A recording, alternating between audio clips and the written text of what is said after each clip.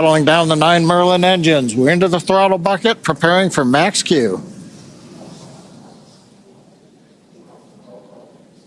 Max Q.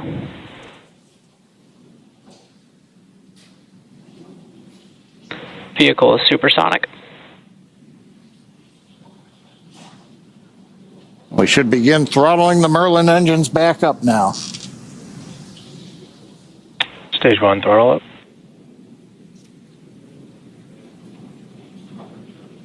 Mission Control confirming Stage 1 Bravo. that throttle up, and we Copy are 1 Bravo. hearing our commander Peggy Whitson call out the first abort mode.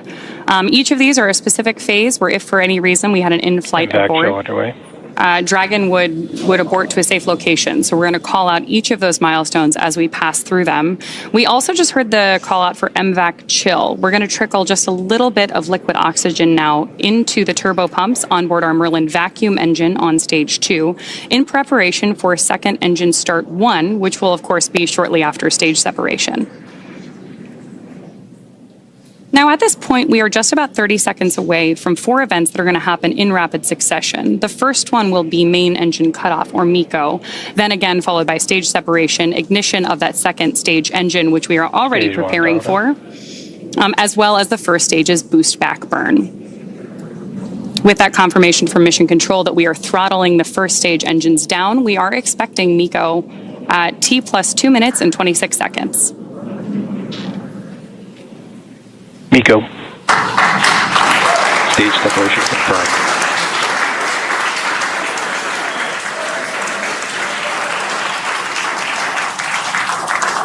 Stage 1 boost back startup and back ignition.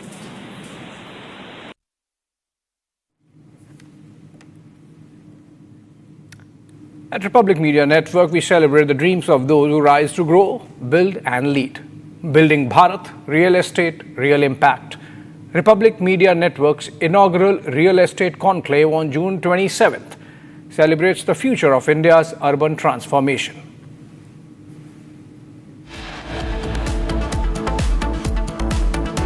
And coming up on the other side of a short break, 4 years after Antilia bomb scare, big allegation against Parambir Singh. Salil Deshmukh says he was the mastermind of the plot.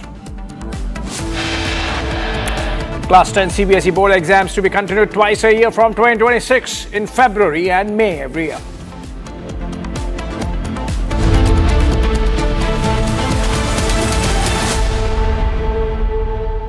In the global employability rankings by Times Higher Education UK, only the following 6 institutions from India are ranked amongst the top 230 in the world for having the most employable graduates. IIT Delhi, IISc Bangalore, IIT Bombay, IIM Ahmedabad, IIT Kharagpur and Amity University.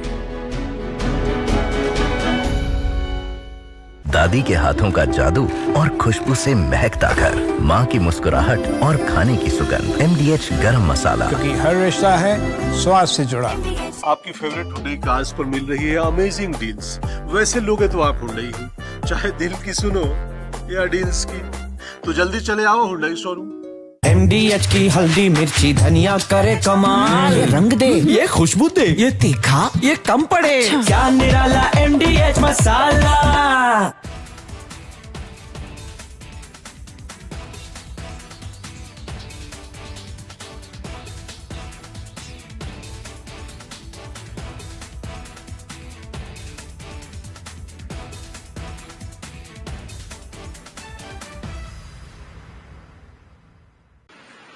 T minus 10, 9, 8, 7, 6, 5, 4, 3, 2, 1. Ignition and liftoff.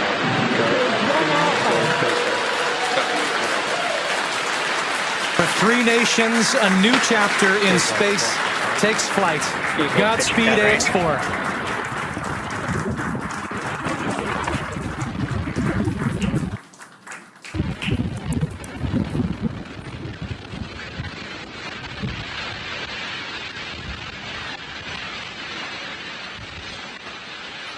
T plus 30 seconds into flight with the Axiom 4 crew on board Dragon, headed to the International Space Station.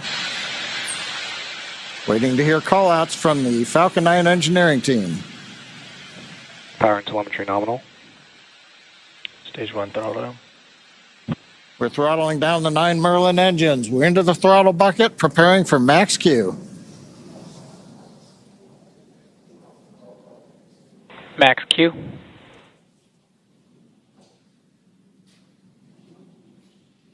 Vehicle is supersonic. We should begin throttling the Merlin engines back up now. Stage 1 throttle up.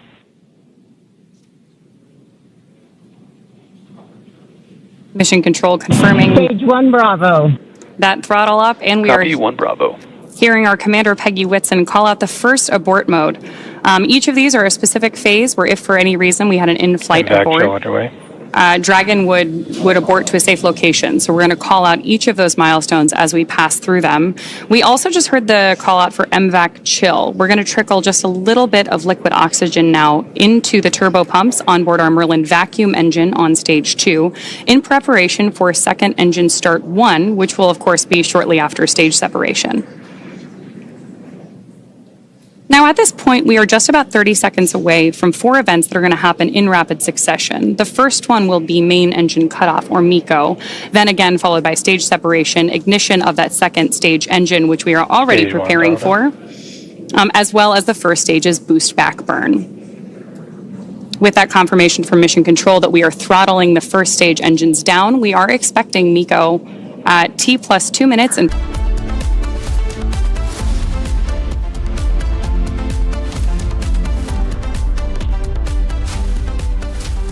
Hi, this is Chef Ranveer Brar. Guarantee you brilliance on behalf of IAEA.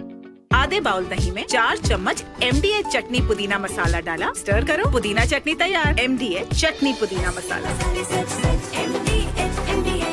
इसको घर पे लगाओगे तो शादी का तो पता नहीं, पर घर पक्का नहीं टूटेगा। रुंगटा नहीं तो घर स्ट्रॉन्ग नहीं। रुंगटा स्टील TMT बार एकदम सॉलिड। पहाड़ों में एक हाइकिंग स्टिक भी बन सकती है।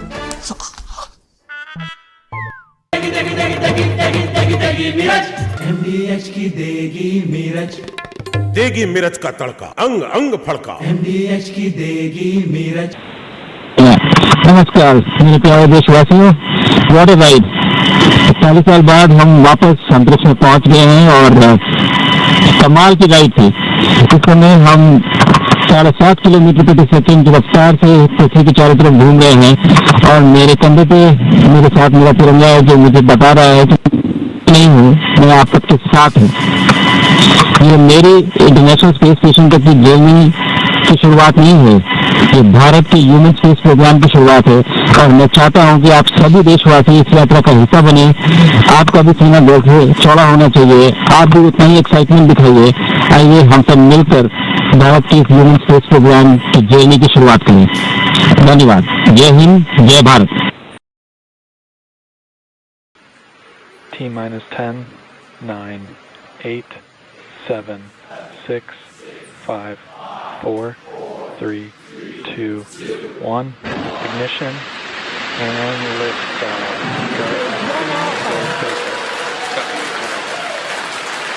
For 3 nations, a new chapter in space takes flight. Godspeed AX4.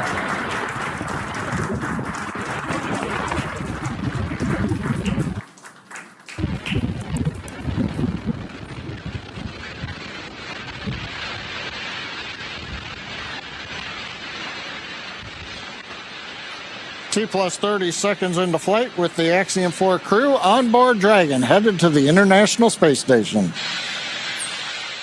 Waiting to hear call-outs from the Falcon 9 engineering team.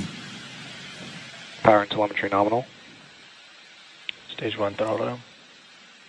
We're throttling down the 9 Merlin engines. We're into the throttle bucket, preparing for max Q. Max Q.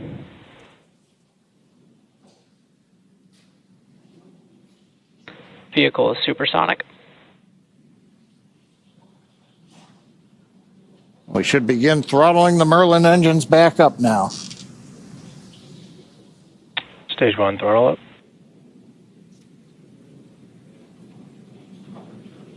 Mission Control confirming Stage 1 Bravo. that throttle up, and we Copy are 1 Bravo. hearing our commander, Peggy Whitson, call out the first abort mode. Each of these are a specific phase where if for any reason we had an in-flight MVAC abort, chill underway.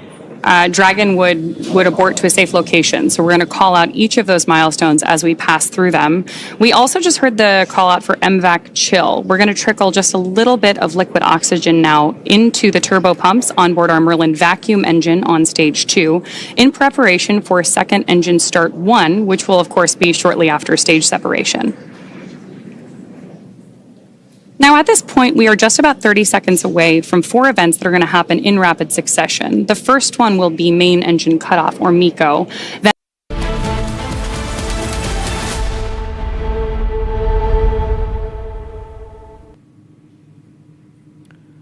At Republic Media Network, we celebrate the dreams of those who rise to grow, build and lead. Building Bharat, real estate, real impact. Republic Media Network's inaugural real estate conclave on June 27th celebrates the future of India's urban transformation. Let's look at some of the stories from across the country in Bharat in 2 minutes. The Kanpur Municipal Corporation conducted a demolition drive to remove the illegal encroachments in the Alam market. The police and municipal teams were present at the site and overlooked the process of demolition. A fire broke out in a factory located near Delhi's Rithala metro station. 3 casualties and 3 injuries have been reported. A total of 17 fire tenders were pressed into service. Divisional Fire Officer A.K. Jaiswal shared that the firefighters were having a hard time entering the 2nd and 3rd floors of the factory. 3 police personnel have sustained minor injuries due to a suspected grenade explosion in Assam's Golaghat district. Assam Minister Atul Bora visited the hospital to meet the injured. They are currently undergoing treatment at the hospital. An earthquake of magnitude 4.2 struck the Andaman Sea today morning. According to National Center for Seismology, the quake hit at a depth of 20 kilometers. There are no reports of damage or casualties so far.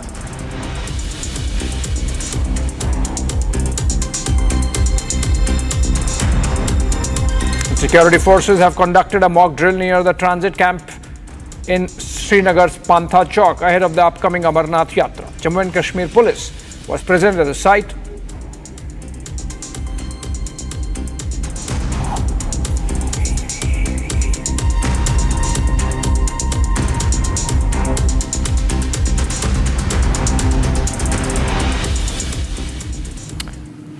Amarnath Yatra is set to commence on July 3. Ahead of the event, security forces along with Jammu and Kashmir Police, NDRF and SDRF were seen conducting a mock drill in Pahalgam and Srinagar. Here are the details.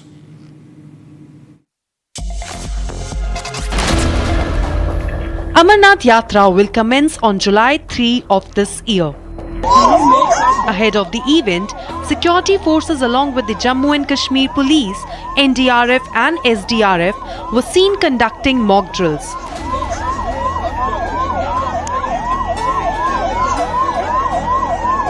One took place near the transit campus, Pantha Chowk in Srinagar.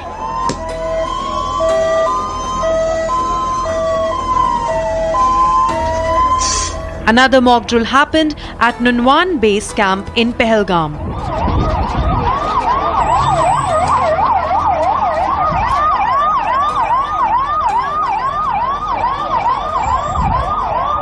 These drills are to ensure the safety of all devotees and ensure the smooth functioning of the event.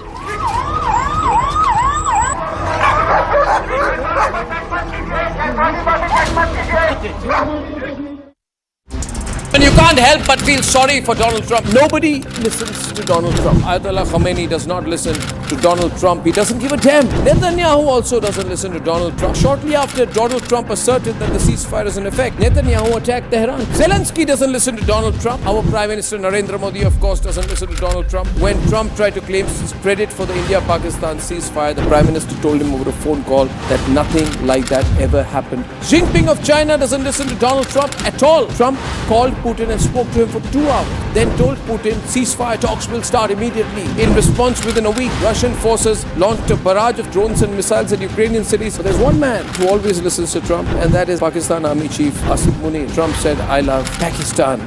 With Trump, you can be sure of one thing, America is going to go down. Nobody will take America seriously.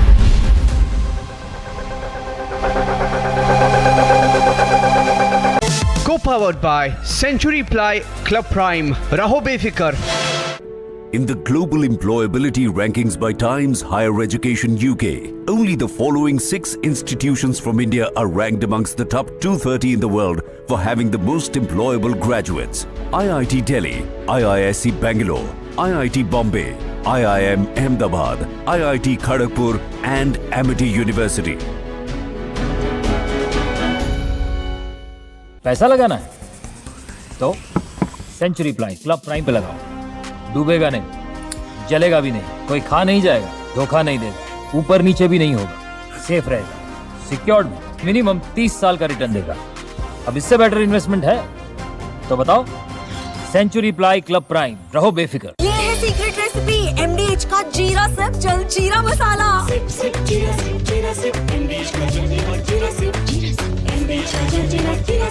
इसको घर पे लगाओगे तो शादी का तो पता नहीं, पर घर पक्का नहीं टूटेगा। रुंगटा नहीं तो घर स्ट्रॉन्ग नहीं। रुंगटा स्टील TMT बार एकदम सॉलिड।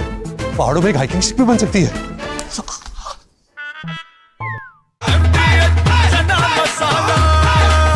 अब छोलिया हो या लोबिया, सफेद चने या काले चने, सब कुछ मजेदार बने। MDH।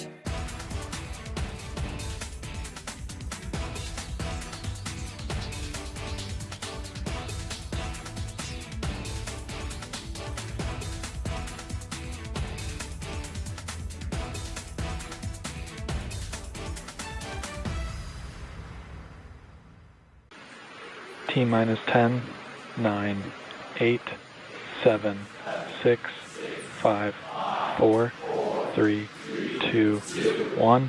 Ignition and liftoff.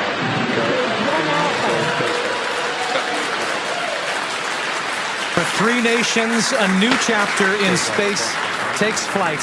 Godspeed, AX4.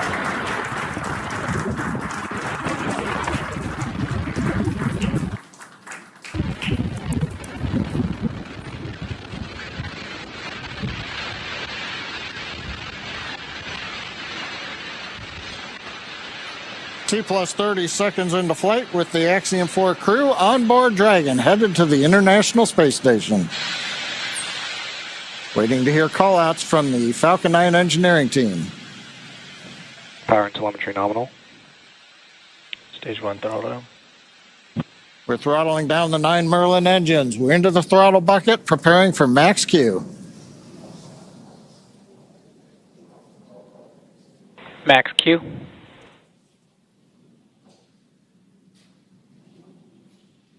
Vehicle is supersonic. We should begin throttling the Merlin engines back up now. Stage 1 throttle up.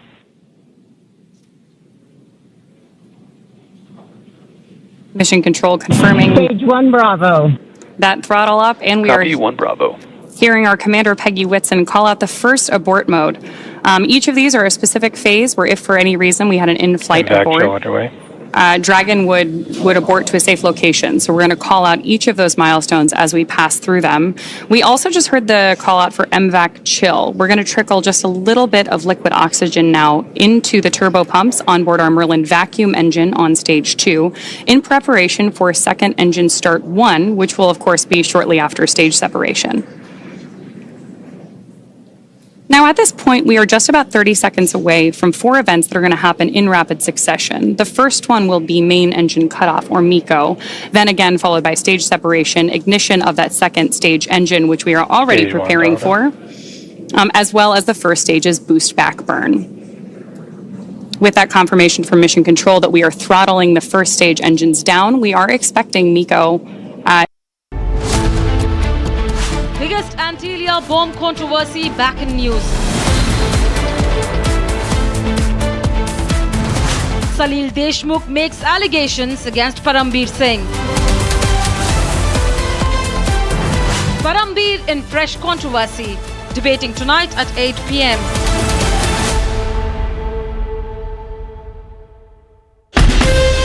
From Asia's largest news headquarters, setting the agenda for Bharat.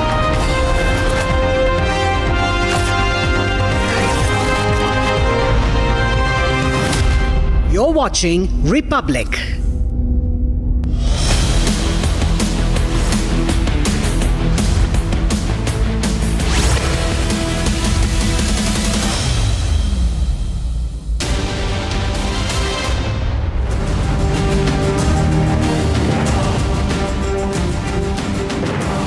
Thank you for joining us on This Is Exclusive. I'm Niranjan. It's 7 p.m. and we have 3 exclusive stories for you. And the man who got away, who thought he got away, the former Mumbai Police Commissioner Parambir Singh, has been in the news for many, many years. Not just for his crimes, but for targeting Republic TV. We have more details because there are more revelations in the Antilia bombing case. But we start This Is Exclusive with this proud moment behind me. Group Captain Shubhanshu Shukla. This morning we were live capturing the moment from our studios on Republic TV, and we are broadcasting this evening. We have his family joining us on the show this evening. Here are the headlines on This Is Exclusive. T-minus 10, 9, 8, 7, 6, 5, 4, 3, 2, 1. Ignition and liftoff.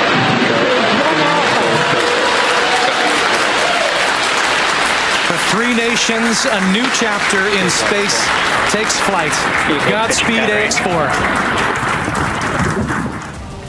Group Captain Shubhanshu Shukla sets off on the key Axiom 4 mission, says it is the beginning of India's human space program, says Jai Hind, Jai Bharat from space. 4 years after the Antilia bomb scare, allegation against the disgraced and former Mumbai Commissioner Parambir Singh, the son of a former minister, says Parambir was the real mastermind. Had we not succeeded with that hit ended the war. I don't want to use an example of Nagasaki, but that was essentially the same thing. That ended that war. This ended that with the war. Well, no one's really buying Trump in this minute. He compares the strikes on Iran to Hiroshima, Nagasaki, says strikes on the Iranian nuclear program was the hit that ended the war. Iran finally confirms that its nuclear sites were damaged in American strikes. First time that Tehran has officially acknowledged the extent of damage caused by the attack.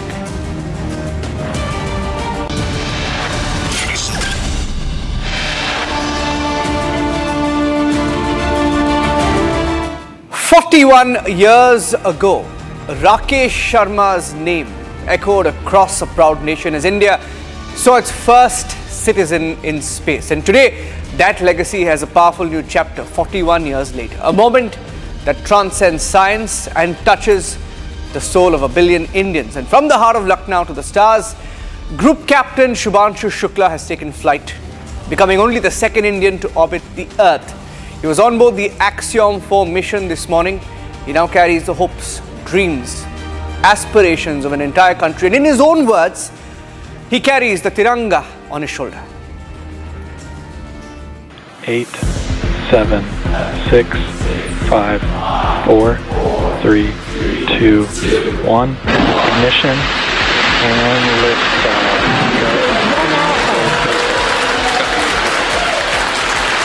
For 3 nations, a new chapter in space takes flight. Godspeed, AX4.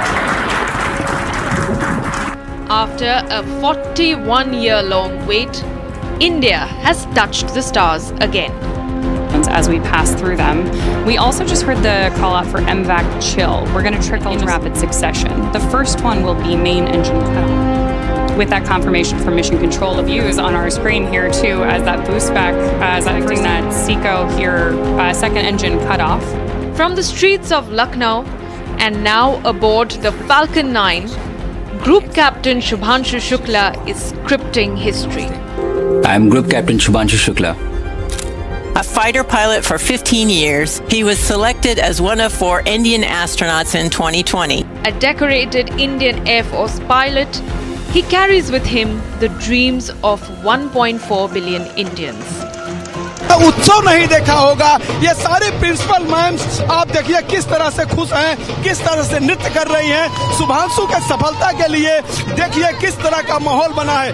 वाकई में ये अद्भुत है। इसके पहले कभी नहीं देखा गया कि इस तरह से सीमस की जो टीचर्स हैं, प्रिंसिपल हैं, वो इस तरह का माहौल बनाए। बहुत बहुत बहुत खुशी है, गर्व है और बस अब उस पल का इंतजार रहेगा जब वो वापस हमारे बीच आएंगे। अमेजिंग एक्सपीरियंस, क्या कहेंगे? Amazing, very excited. क्या गूज बम्स है, फाइनली द डे। भावुक क्षण है। बिल्कुल moments moment for all Indians. आज सीमस स्कूल के साथ पूरे देश का गौरव बढ़ाया। बिल्कुल, पूरे हिंदुस्तान, पूरे वर्ल्ड में like India is known for now after Rakesh Sharma, finally Shubhanshu is gone. बहुत अच्छा, सबके लिए बहुत गर्व और सम्मान की बात है। The Axiom 4 mission faced multiple postponements. But today, under near-perfect conditions, the Falcon 9 roared to life. Right now, I am very relaxed now. Mission has been completely successful. It has completed the 2 stages, and so we are relieved now. Aboard the International Space Station, Group Captain Shubhanshu Shukla will conduct several experiments in microgravity, paving the way for ISRO's Gaganyaan program. With a remarkable flying background, having logged over 2,000 hours in combat aircraft, Group Captain Shukla's selection for this mission is a testament to India's exceptional talent pool. आज सुबह 7 बजे हुई थी बात। हाँ जी, सुबह 7 बजे बात हुई थी। और उन्होंने आपको क्या बोला था आज सुबह? यही बोला था कि मम्मी पापा आप लोग अपना ध्यान रखिए, अच्छे से रहिए। मैं मिशन कंप्लीट करके आता हूँ तो मुलाकात करता हूँ फिर आपसे। This mission is more than just a launch. It's a leap. This opportunity to ignite curiosity among kids. Even if this story, my story, is able to change one life, it would be a huge success for me. I am Group Captain Shubhanshu Shukla.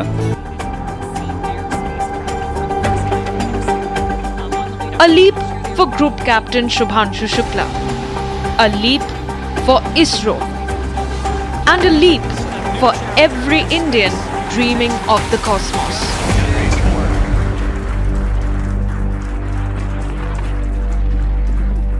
A fantastic moment this morning, ladies and gentlemen, as we saw the historic liftoff. Second Indian in space. The wait has taken 41 years. Group Captain Shubhanshu Shukla's father, Shambhu Dayal Shukla, joining us on This Is Exclusive this evening. Shambhu Dayal ji, namaste. Republic से बातचीत करने के लिए बहुत बहुत धन्यवाद. We saw your video. हमने देखा कि आप उस मोमेंट को आप देख रहे थे. All of you were very, very emotional. As a father whose son is only the second Indian in space, how do you feel today, Mr. Shambhu Dayal ji?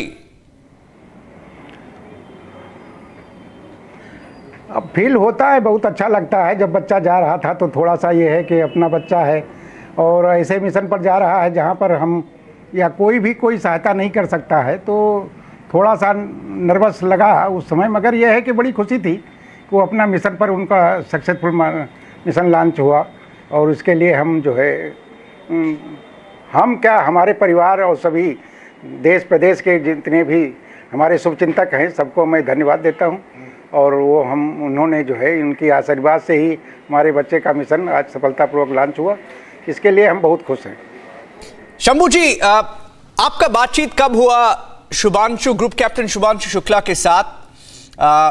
We spoke to your wife and Shubhanshu Shukla's sister as well. उन्होंने बोला कि आज सुबह call आई थी, I think early morning एक call हुआ था आपके साथ, जाने से पहले? जी 4 बजे के करीब जो है, वही 4 बजे के करीब कॉल आई थी और हमारी बात हुई थी, हम लोगों की बात हुई थी और बता रहे थे कि मैं तैयार होकर बस निकलने वाला हूँ। और उसके बाद वो 5 मिनट बाद निकल गए थे। फिर रास्ते में एक बार कोशिश की थी मगर वो गाड़ी में बात नहीं हो पाई हम लोगों की। वो आखिरी कॉल 4 बजे की सुबह की थी। हाँ जी, आप थोड़ा हमें बताइए, बिकॉज वन ऑफ द जो हिंदी में जो मैसेज दी थी उन्होंने, हम सब देख रहे थे, लाइव देख रहे थे, लाइव टीवी पर। बहुत गर्व है हमें कि वो हिंदी में उनका मैसेज आया था स्पेस से, जब वो फाइनल डिटैचमेंट हुआ था, जब स्पेस एंटर किया था। तो वो जो मैसेज है वो सुन के आपको क्या लगा आपको? जी बहुत खुशी हुई। उसने जो है जय हिंद जय भारत करके जो है मैसेज दिया था, उसने बहुत अच्छा लगा। और बेटा मेरा हिंदुस्तानी है ना, तो हिंदुस्तान के ही हिसाब से जो है उसका दिल भी है, उसी हिसाब से वो अपना विचार व्यक्त किया उसने, जो भी है उसके दिल में। और हम लोग भी पूरा जो है उसी के उसमें रमे हुए हैं, उसी तरह बात करते हैं, उसी तरह मतलब जीवन शैली है हम लोगों की और वही रहते हैं हम लोग। आपने एक चीज बोला को हिंदुस्तानी सिर्फ हिंदुस्तानी नहीं है, वो एक योद्धा है, वो एक वॉरियर है। He is an Indian air force pilot, he is a champion, he is going to be a part of the Gaganyaan mission. जी राइट। जब इनका जो करियर शुरू हुआ था, थोड़ा बताइए हमें शुभांशु शुक्ला जो है उनके बारे में, about his childhood and why how he wanted to serve the country.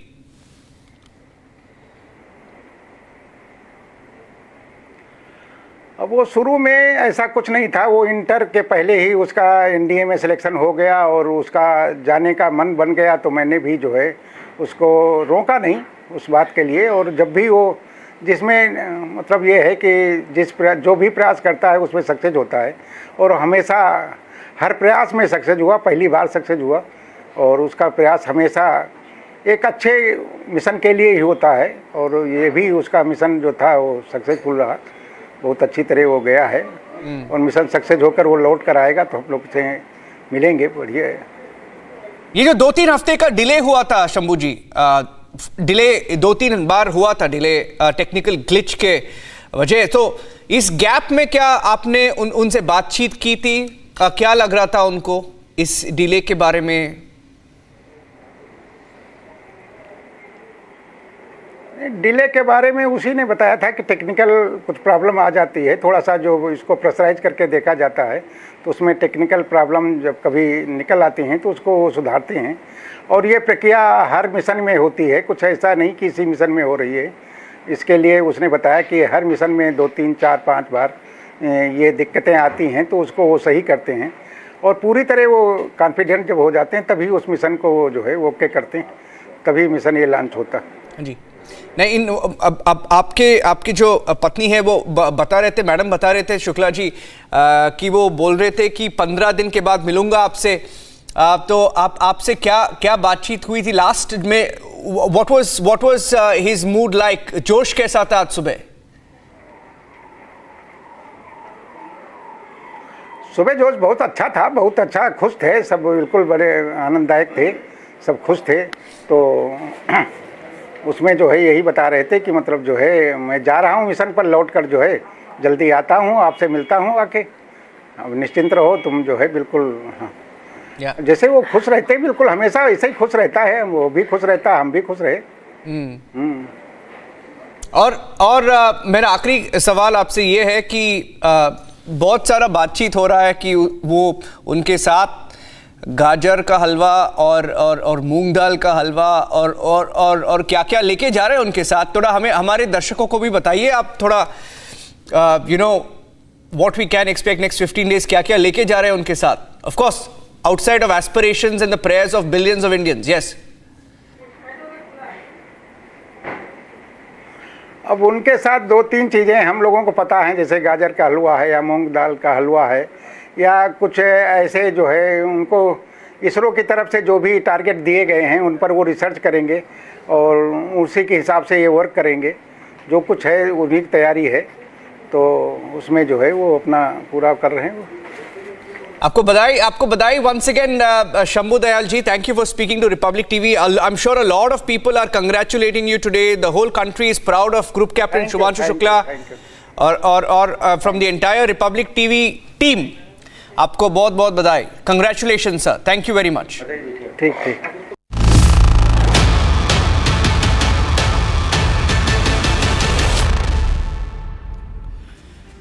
Okay, we have some big breaking news coming in on the Antilia bomb scare case. The explosives that were placed outside the house of Mukesh Ambani in the year 2021. There has been a development on this story. Let me go straight to the breaking news now coming in. Now, after the former Home Minister of Maharashtra, Anil Deshmukh's son, Salil Deshmukh, made a claim that Parambir Singh was the mastermind. We're getting in more details now on the show of another, even though he's not been named in the charge sheet as one of the conspirators, there is a testimony, a cyber expert's testimony that says it was Parambir Singh who paid for a fictitious terror group's name to be included. I'm going across to Sandeep joining me with the details. Sandeep, hearing that it was Parambir Singh, allegedly, now this is as per source-based information, that it was Parambir Singh who instructed the fabrication of this terror group called Jaish-ul-Hind and even paid cash for it. See, this is something that is the part of the investigation, but ultimately, when this whole incident had happened, at that very point in time, a telegram message was in fact got viral within the circles of media, from which was said to be coming from Jaish-ul-Hind, and which had in fact claimed the gelatin sticks that were in fact kept before Antilia were from that very group. But within the seconds, that group was in fact deleted, and in fact no traces were found. Later on, when NIA took in the action and in fact started investigation in this very case, it appeared that it was a part of a conspiracy in which Sachin Waze himself was involved, and later on, remember, Parambir Singh was also quizzed in this very matter. But ultimately, fresh allegations has been made, not just by Salil Deshmukh. In the past, Anil Deshmukh has also made this allegation. We've been trying to connect to Parambir Singh, the former Mumbai Police Commissioner, someone who was put out of the service because of his suspicious role. And in fact, following which there are allegations. He's been quizzed by NIA, but so far no statement being made by Parambir Singh. Okay, thank you for that. For that information, Parambir Singh, is he the mastermind? That's the claim being made. Thank you for joining us. Another breaking news story on This Is Exclusive this evening, India's aviation emergency. The rot is still emerging. I have some more breaking news on the show, exclusive details of the DGCA audit that was conducted. DGCA teams have found multiple cases where maintenance of aircraft was not carried out as per work order. Cases of defects reappearing many times on the aircraft, indicating ineffective monitoring, inadequate rectification action on the defects. Multiple cases of recurring aircraft defect, indicating ineffective monitoring. Non-compliance with maintenance work orders. Let's go across to Harsha joining us live. Quickly, Harsha, if you can summarize what the DGCA has found in a minute. So, Niranjan, to summarize for you, because right now I'm reporting from DGCA office only, outside DG office, because back-to-back Air India officials are being summoned at the DGCA office because not complying by what DGCA early in their notice also told Air India to maintain their aircraft route. Now we have got to know that the inspection was carried out at Mumbai and Delhi airport, and it was found that the aircraft had repeated defects. The engines were fault, there were issues in the tires of the aircraft, there were issues in the flap of the door and the landing gears as well. And this was conducted almost in the 30 to 40 aircraft of different airlines. The airline's aircraft which was defected is not mentioned by DGCA, but we have got to know that mainly it was Air India Express and Air India aircraft. There were only 2 to 3 aircraft of Indigo in which the defect was found, and DGCA in its detailed report to the airlines have clearly stated that unless they don't maintain the defects or fix the defects of the aircraft, they will not be allowed to fly. Already Air India has has reduced its operation by 30% overall and internationally by 15%. But now Air India has to maintain those aircraft which are right now flying and are defected. So the DGCA has sent an entire report to Air India, Indigo and the other airlines as well, like Air India Express. Now we have to see exactly now, will these airlines compliance by DGCA survey or not? Back to you. Thank you for joining us with those details, Harsha. The details will be also on republicworld.com, a very detailed report. Many findings by the DGCA as India's aviation emergency post-mortem continues. Thanks for watching. This is exclusive.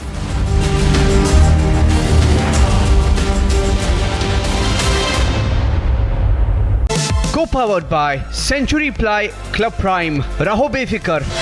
पैसा लगाना है तो century ply club prime पे लगाओ। डूबेगा नहीं, जलेगा भी नहीं, कोई खा नहीं जाएगा, धोखा नहीं देगा, ऊपर नीचे भी नहीं होगा, सेफ रहेगा, सिक्योर्ड में मिनिमम 30 साल का रिटर्न देगा। अब इससे बेटर इन्वेस्टमेंट है तो बताओ। सेंचुरी प्लाई क्लब प्राइम, रहो बेफिक्र। Hi, this is Chef Ranveer Brar. Guarantee you brilliance on behalf of IAEA. MDH की देगी मिर्च, देगी मिर्च का तड़का, अंग अंग फड़का। MDH की देगी मिर्च। विमल में गुलिस्तां के ये कुछ लजीज फरिश्ते जब साथ घुलें तो जी ललचाए और दिल कहे कि स्वाद की जुबान में खुद को ऐसे डुबाऊं कि निकल ना पाऊं। विमल की जुबान कुछ है ही ऐसी, मानते हैं? विमल, बोलो जुबान कैसी? MDH की हल्दी मिर्ची धनिया करे कमाल, ये रंग दे, ये खुशबू दे, ये तीखा, ये कम पड़े, क्या निराला MDH masala. T-10, 9, 8, 7, 6, 5, 4, 3, 2, 1. Ignition and liftoff.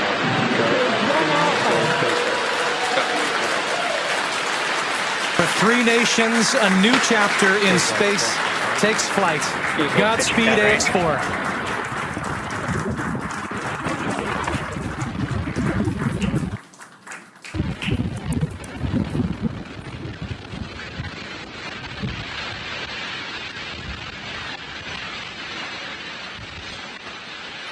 T plus 30 seconds into flight with the Axiom 4 crew on board Dragon, headed to the International Space Station. Waiting to hear callouts from the Falcon 9 engineering team. Power and telemetry nominal. Stage 1 throttle down.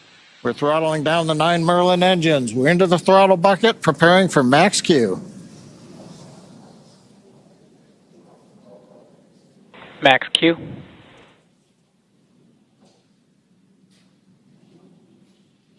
Vehicle is supersonic. We should begin throttling the Merlin engines back up now. Stage 1 throttle up.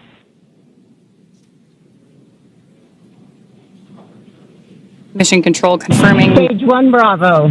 That throttle up, and we Copy are 1 Bravo. hearing our Commander Peggy Whitson call out the first abort mode. Each of these are a specific phase where if for any reason we had an in-flight abort, underway. Dragon would abort to a safe location. So we're going to call out each of those milestones as we pass through them.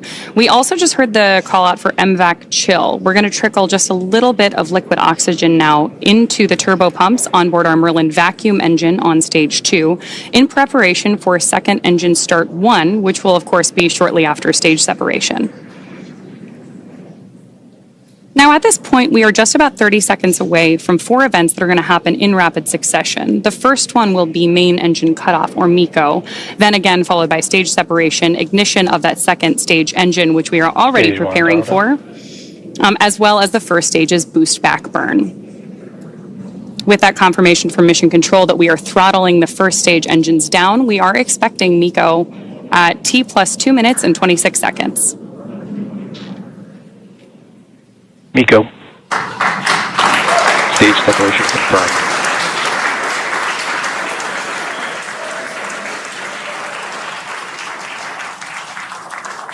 Stage 1 boost back startup and back ignition. नमस्कार मेरे प्यारे देशवासियों, what A ride. 40 साल बाद हम वापस अंतरिक्ष में पहुंच गए हैं और कमाल की राइड थी। इस समय हम 7.5 किलोमीटर प्रति सेकंड की रफ्तार से पृथ्वी के चारों तरफ घूम रहे हैं और मेरे कंधे पे मेरे साथ मेरा तिरंगा है जो मुझे बता रहा है कि नहीं हूँ, मैं आप सबके साथ हूँ। ये मेरी इंटरनेशनल स्पेस स्टेशन तक की जर्नी की शुरुआत नहीं है, ये भारत के ह्यूमन स्पेस प्रोग्राम की शुरुआत है और मैं चाहता हूं कि आप सभी देशवासी इस यात्रा का हिस्सा बने। आपका भी सीना चौड़ा होना चाहिए, आप भी उतना ही एक्साइटमेंट दिखाइए। आइए हम सब मिलकर भारत के ह्यूमन स्पेस प्रोग्राम की जर्नी की शुरुआत करें। धन्यवाद। जय हिंद, जय Bharat. T-10, 9, 8, 7, 6, 5, 4, 3, 2, 1. Ignition and liftoff.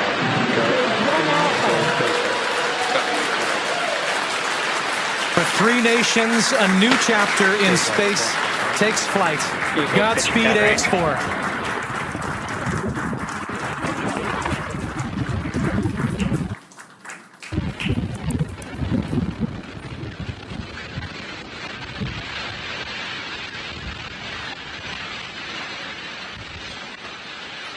T plus 30 seconds into flight with the Axiom 4 crew on board Dragon, headed to the International Space Station.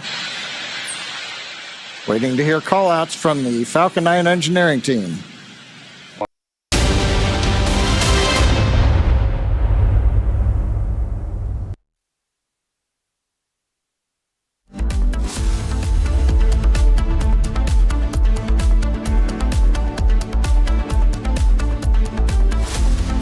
Co-powered by Century Ply Club Prime. Raho befikar. In the global employability rankings by Times Higher Education UK, only the following 6 institutions from India are ranked amongst the top 230 in the world for having the most employable graduates. IIT Delhi, IISc Bangalore, IIT Bombay, IIM Ahmedabad, IIT Kharagpur and Amity University. पैसा लगाना है तो century ply club prime पे लगाओ, डूबेगा नहीं, जलेगा भी नहीं, कोई खा नहीं जाएगा, धोखा नहीं देगा, ऊपर नीचे भी नहीं होगा, सेफ रहेगा, सिक्योर्ड, मिनिमम 30 साल का रिटर्न देगा। अब इससे बेटर इन्वेस्टमेंट है तो बताओ। सेंचुरी प्लाई क्लब प्राइम, रहो बेफिक्र। MDH की देगी मीरज, देगी मिर्च का तड़का, अंग अंग फड़का। MDH की देगी मीरज। विमल में गुलिस्तां की ये कुछ लजीज फरिश्ते जब साथ घुले तो जी ललचाए और दिल कहे कि स्वाद की इस जुबान में खुद को ऐसा डुबाऊं कि निकल ना पाऊं। विमल की जुबान कुछ है ही ऐसी, मानते हैं ना? विमल, बोलो जुबान केसरी।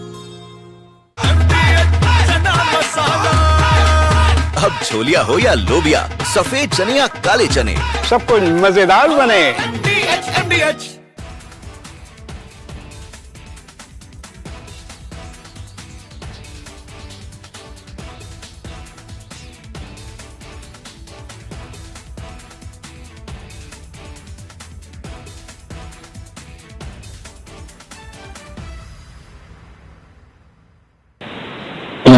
नमस्कार मेरे प्यारे देशवासियों, व्हाट ए राइड।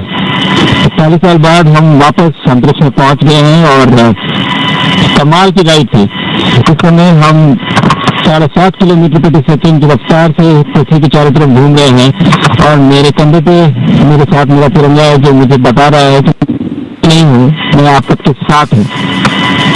ये मेरी इंटरनेशनल स्पेस स्टेशन तक की जर्नी की शुरुआत नहीं है, ये भारत के ह्यूमन स्पेस प्रोग्राम की शुरुआत है और मैं चाहता हूं कि आप सभी देशवासी इस यात्रा का हिस्सा बने।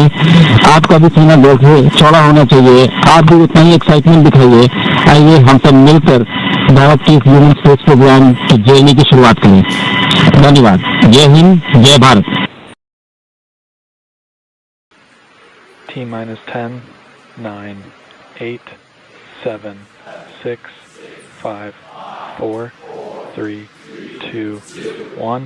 Ignition and liftoff.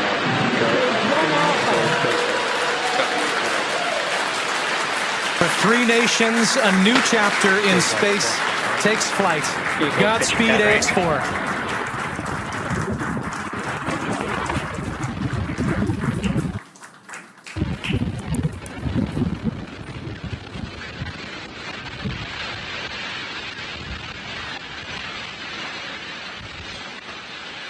T plus 30 seconds into flight with the Axiom 4 crew on board Dragon, headed to the International Space Station.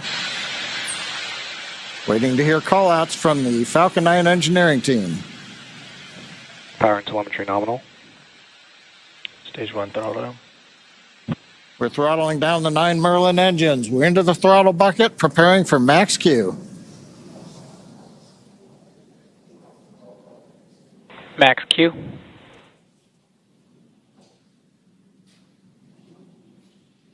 Vehicle is supersonic. We should begin throttling the Merlin engines back up now. Stage 1 throttle up.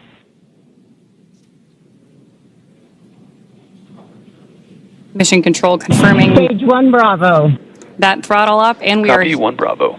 hearing our commander Peggy Whitson call out the first abort mode. Each of these are a specific phase where if for any reason we had an in-flight Impact abort, show underway. Dragon would abort to a safe location. So we're going to call out each of those milestones as we pass through them. We also just heard the call out for MVAC chill. We're going to trickle just a little bit of liquid oxygen now into the turbo pumps on board our Merlin vacuum engine on stage 2 in preparation for second engine start 1, which will of course be shortly after stage separation. Now, at this point, we are just about 30 seconds away from 4 events that are going to happen in rapid succession. The first one will be main engine cutoff, or MECO, then again followed by stage separation, ignition of that second stage engine, which we are already Stage 1 preparing for, as well as the first stage's boost back burn. With that confirmation from Mission Control that we are throttling the first stage engines down, we are expecting MECO at T plus 2 minutes and 26 seconds. MECO. Stage separation confirmed.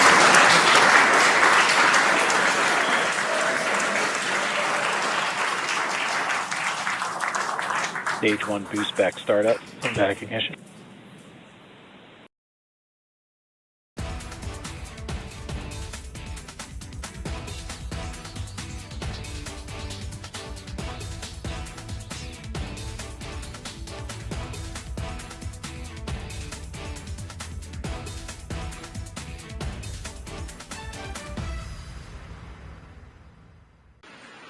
T minus 10.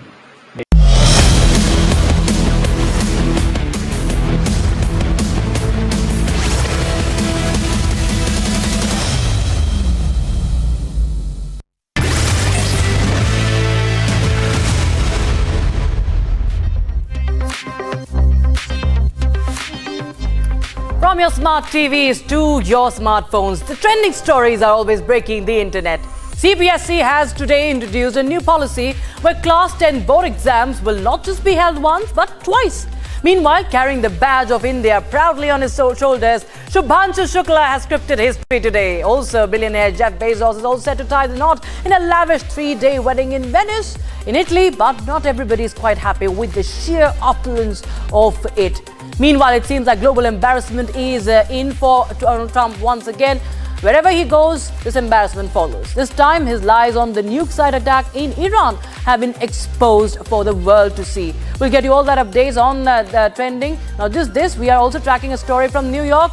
An Indian origin Muslim man has been elected. In fact, he is in the mayor primary race. He has won the primary race for mayoral elections for the very first time. And there has been a lot of controversy surrounding Zohran Mamdani. So who is Zohran Mamdani? We'll tell you. The Indian Connect as well.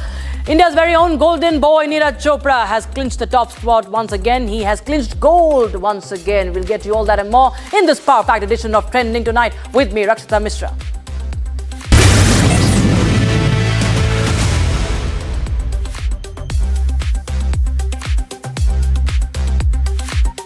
CBSE has announced a new norm. Now, the 10th board examinations will not just be held once but twice. You heard me right, viewers. The Central Board of Secondary Education has approved a biannual model of examination from the 10th class, which supposedly will reduce the pressure of a single high-stakes examination. Now, under the new policy, it will be mandatory for all the students to appear for the Phase 1 exam. The second phase, however, will be optional. This will give the students the chance to reappear for the exams if they wish to improve their scores. And as reported, only the highest score between the two exams will be the final result. While this is aimed at reducing the student stress, not everybody is quite impressed with it. Some parents and students also claim that this might just add on to the existing academic pressure.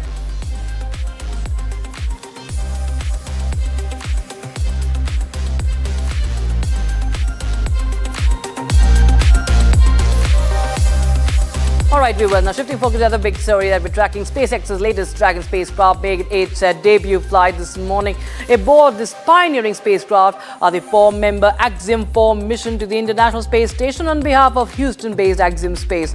The brand new Crew Dragon capsule lifted off precisely at 12:01 p.m. Indian Standard Time from the Launch Complex 39A at the Kennedy Space Center of NASA in Florida, marking a powerful start to this mission.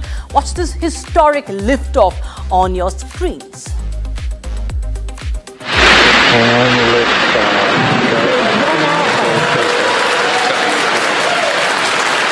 For 3 nations, a new chapter in space takes flight.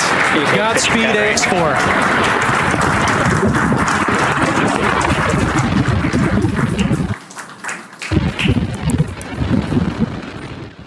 Now, in his message to India, Group Captain Shubhanshu Shukla says, and I quote, "The tricolor on my shoulder is reminding me that I'm not alone. This is not the start of my international space journey, but of our country." In fact, just take a listen into this message, viewers.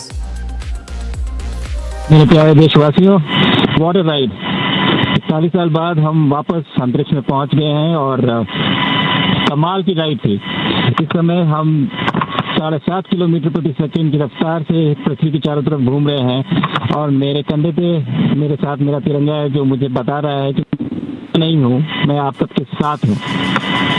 ये मेरी international space station तक की journey की शुरुआत नहीं है, ये भारत के ह्यूमन स्पेस प्रोग्राम की शुरुआत है और मैं चाहता हूं कि आप सभी देशवासी इस यात्रा का हिस्सा बने। आपका भी सीना दिल से चौड़ा होना चाहिए, आप भी उतना ही एक्साइटमेंट दिखाइए। आइए हम सब मिलकर भारत के इस ह्यूमन स्पेस प्रोग्राम की जर्नी की शुरुआत करें। धन्यवाद। जय हिंद, जय Bharat. Now, after the liftoff, Commander Peggy revealed the name of the new SpaceX Dragon spacecraft headed to the ISS. Meet Grace. Orbital insertion, SpaceX, and we had an incredible ride uphill, and now we like set our course for the International Space Station aboard the newest member of the Dragon fleet, our spacecraft named Grace. Grace is more than a name. It reflects the elegance with which we move through space against the backdrop of Earth. It speaks to the refinement of our mission, the harmony of science and spirit, and the unmerited favor we carry with humility. Grace reminds us that spaceflight is not just a feat of engineering, but an act of goodwill. Benefit of every human, everywhere. And viewers, just a short while back, I spoke to the man who designed the mission badge for Shubhanshu Shukla. Manish Tripathi tells us the story of this insignia on Shubhanshu Shukla's, Group Captain Shukla's uniform. Well, thanks so much, Manish, for joining us on Republic TV. It's a proud moment for all of us and for you as well, because he's carrying your design there with him too. Tell us the story about this badge, because that has very interesting features also, because it combines somewhere the heritage and technology. Thank you so much, Rakshita, for having me here. First of all, I would like to congratulate the entire nation for this feat. And Jai Hind, I'll start with that. Jai Bharat. This is definitely, really, big for me. We do design a lot of things, but something which, when we get to do things which is for the nation, for the countrymen, I think that's the biggest thing. And anybody, for any individual, it's like it's a great achievement. The mission badge itself is a sign.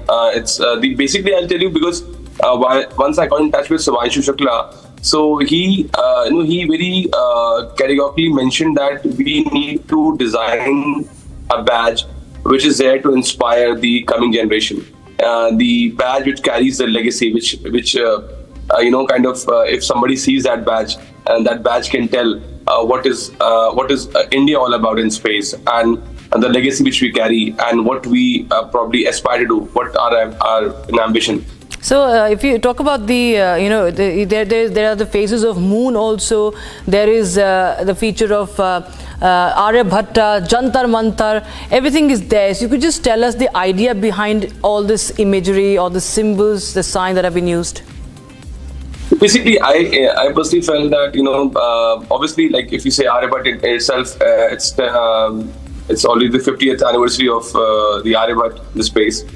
While you see the moon, the lunar, it's also portrays the growing legacy of India in the lunar, space. Of course, you'll see a lot of mathematical sign, which resonates with India in many ways, and then there are astronomical signs. Well, that's beautiful. I think the entire thought that has gone into it, and what you told about how Group Captain Shubhanshu Shukla also had this contribution of, that he envisioned something that would inspire the coming generations. But also tell us how long did it take to design? How did you just put things together? Were you really thinking like very hard, or was it very simple? Did it just come very in a flow? So first of all, because he happens to be my school senior, so we are from the same hometown, and that's when we were discussing about what to do, what not to do, how to put. And his vision was very clear that he was very well focused on the fact that it has to inspire the generations to come. He wanted that the generation to come should get sort of lured, or rather not inspired, to explore more. When they see, they should get inspired. Okay, so when was the last time you had any interaction with Group Captain Shukla? Did you send him wishes and ever he mentioned about the space mission to you?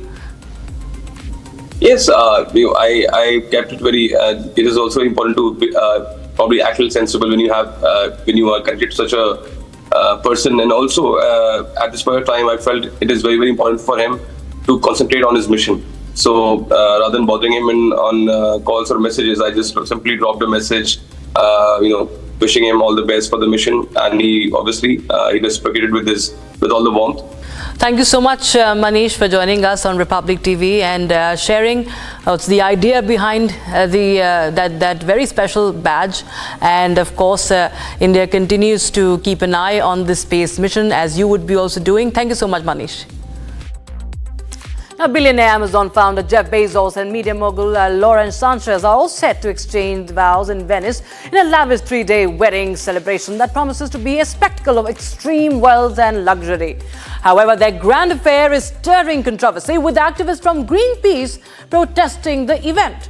Now, citing concerns over wealth inequality, tax avoidance, and the impact of luxury tourism on the fragile city, these protests are making headlines. In a stunning display of opulence now, the multi-day wedding will be hosted aboard Bezos' $500 million super yacht, that is Koru, and promises to be a celebration of extreme wealth and luxury. Guests from around the world will be treated to handcrafted Venetian glassware, exclusive suites from Rosa Salva, and an extravagant showcase of couture bridal fashion. Meanwhile, activists from Greenpeace Italy and the British group Everyone Hates Elon have raised their voices against the billionaires, demanding more from them than just extravaganza. The message is clear. The critics argue that such excess in a city already grappling with over-tourism and inequality is a glaring symbol of systemic imbalance, in their words. And while Bezos and Sanchez have made headlines for asking their guests to donate to charity instead of bringing gifts, the backlash has only intensified. For many, this gesture does not go far enough. As the world's richest individuals host this private event that seems to bypass the reality space by everyday citizens, the call for greater accountability from the ultra-wealthy grows even louder.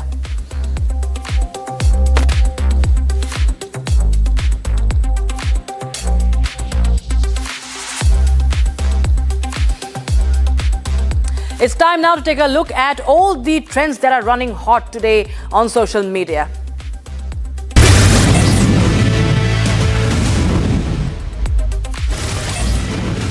Months after Ukrainian President Volodymyr Zelensky was reprimanded by the US President Donald Trump and Vice President J.D. Vance for not wearing a suit to the Oval Office, he was seen suiting up for dinner with the president. The leaders are both in The Hague for the NATO summit, and seeing Zelensky suiting up to meet Trump has the internet erupting.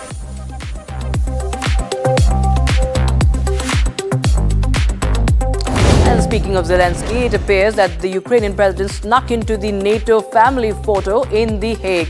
Despite Ukraine not being one of the 32 NATO countries and trying so hard to be into NATO, Zelensky made an appearance in the picture. He's seen squeezed next to Ursula von der Leyen, the president of the European Union, the European Commission, and behind French President Emmanuel Macron. FBI Director Kash Patel has reportedly dug up evidence that China interfered with the 2020 US presidential elections, and the agency had earlier shut down an investigation that showed the former director bearing proof. Now it has been reported that Patel plans to hand over to Congress proof that former FBI Director Christopher Wray had lied to the Congress. Chaos erupted in Mumbai Metro after a train halted at the station was engulfed in smoke. An empty private bus caught fire near Devipara Metro Station on the Western Express Highway in Mumbai's Borivali area on Tuesday afternoon, sparking panic among the metro commuters. There has been heavy flooding in China's Sandu County. Now take a look at these dramatic visuals of a truck cab dangling after a highway bridge collapsed, leaving the driver trapped inside. He was reportedly rescued later on.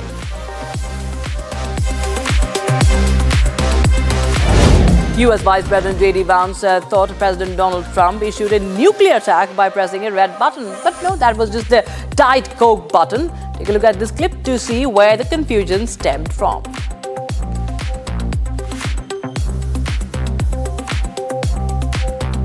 This foreign leader, and the president looks over at me, puts the foreign leader on mute and says, "This is not going very well," and he presses the red button. And my eyes get really big, and I'm like, "Mr. President, you know what just happened?" And he looks at me and he goes, "Nuclear, nuclear." And 2 minutes. Neeraj Chopra, India's Olympic and world champion in javelin throw, won the men's title at the Ostrava Golden Spike 2025 in the Czech Republic with a best throw of 85.29 meters, marking his second consecutive international victory after his recent triumph at the Paris Diamond League.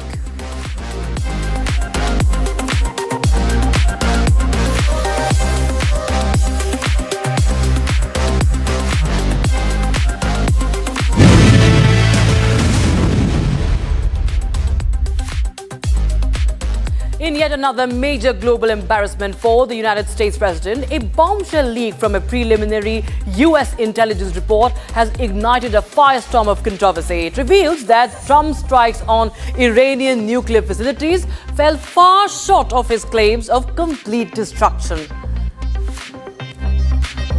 Now, according to the report from the Defense Intelligence Agency, in fact, before that, we will just take a listen into what Trump what is the reaction coming in? Or to the world that the strikes were a spectacular military success. Iran's key nuclear enrichment facilities have been completely and totally obliterated. So according to the report from the Defense Intelligence Agency, the strikes only managed to set back Iran's nuclear program by a few months, leaving the country's stockpile of enriched uranium intact and its centrifuge operations largely functional. A 5-page preliminary report assessing the US strikes on Operation Midnight Hammer suggests that US strikes may have only sealed off the two entrances of the nuke facility in Fordo. The report further contends that the underground building may not have collapsed, and Iran's stockpile of enriched uranium was moved before the strikes, and Trump's obliteration claim may be just exaggerated. The assessment, viewers, paints a starkly different picture from Trump's assertions of a spectacular military success instead suggesting that Iran could potentially restart its nuclear program within months. But viewers, Trump being Trump, has had a complete meltdown now. He had a string of insults ready for the news networks at a press conference who had carried this story. Tremendous success, and this is the New York Times. I call it the failing New York Times. It's going to hell. And CNN, which, as you know, very few people are watching. This was an unbelievable hit by genius pilots and genius people in the military, and they're not being given credit for it because we have scum that's in this group, and not all of you are. You have some great reporters, but you have scum. CNN is scum. MSDNC is scum. The New York Times is scum. They're bad people. They're sick. And what they've done is they're trying to make this unbelievable victory into something less. Now, even they admit that it was hit very hard.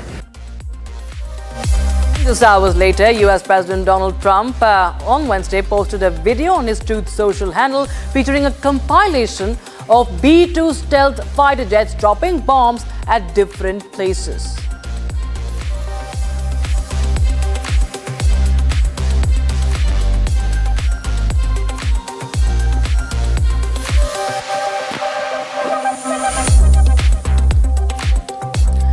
All right, viewers, now at Republic Media Network, we celebrate the dreams of those who rise to grow, to build and to lead. Building Bharat, real estate, real impact. Republic Media Network's inaugural real estate conclave on the 27th of June celebrates the future of India's urban transformation.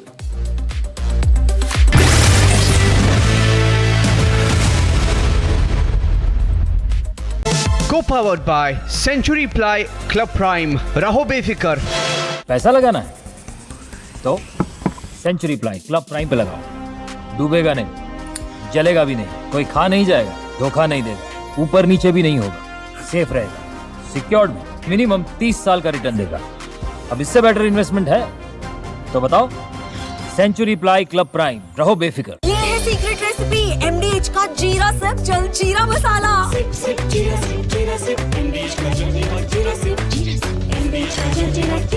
Hi, this is Chef Ranveer Brar. Guarantee you brilliance on behalf of IAEA.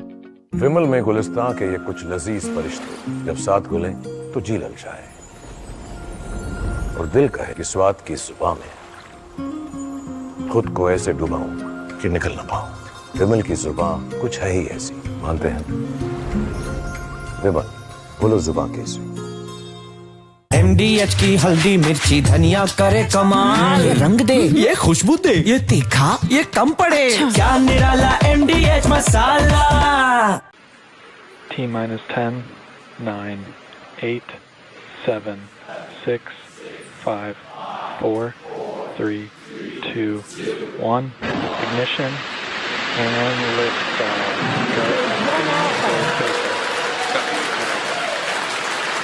For three nations, a new chapter in space takes flight. Godspeed, AX4.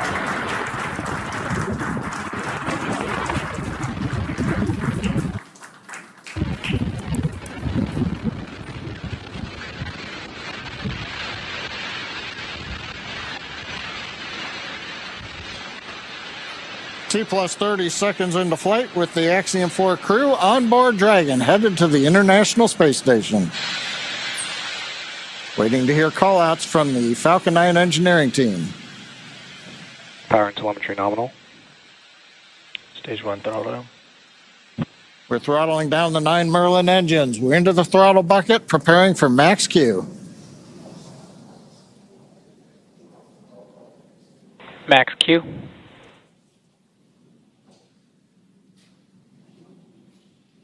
Vehicle is supersonic. We should begin throttling the Merlin engines back up now. Stage 1 throttle up.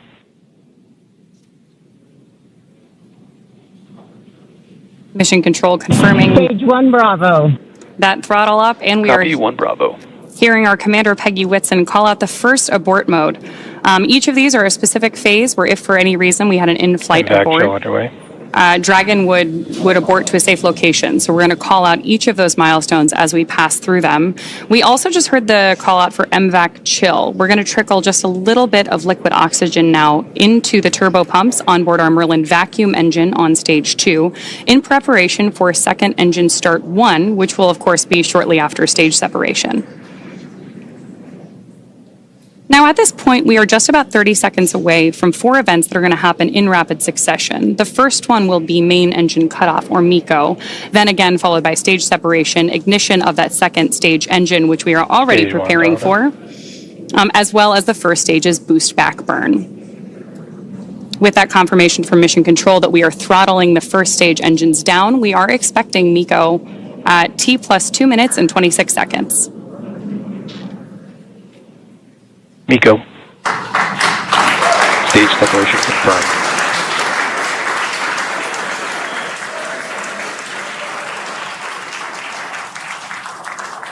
Stage 1 boost back startup and back ignition.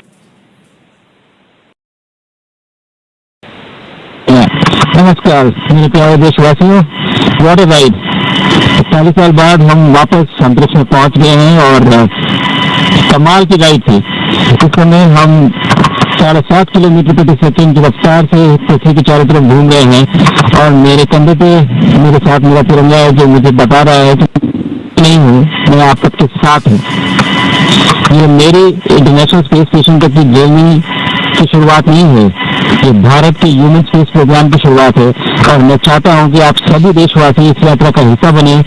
आपका भी सीना चौड़ा होना चाहिए, आप भी उतना ही excitement दिखाइए। आइए हम सब मिलकर भारत के ह्यूमन स्पेस प्रोग्राम की जर्नी की शुरुआत करें। धन्यवाद। जय हिंद, जय Bharat. T minus 10, 9, 8, 7, 6, 5, 4, 3, 2, 1. Ignition and liftoff.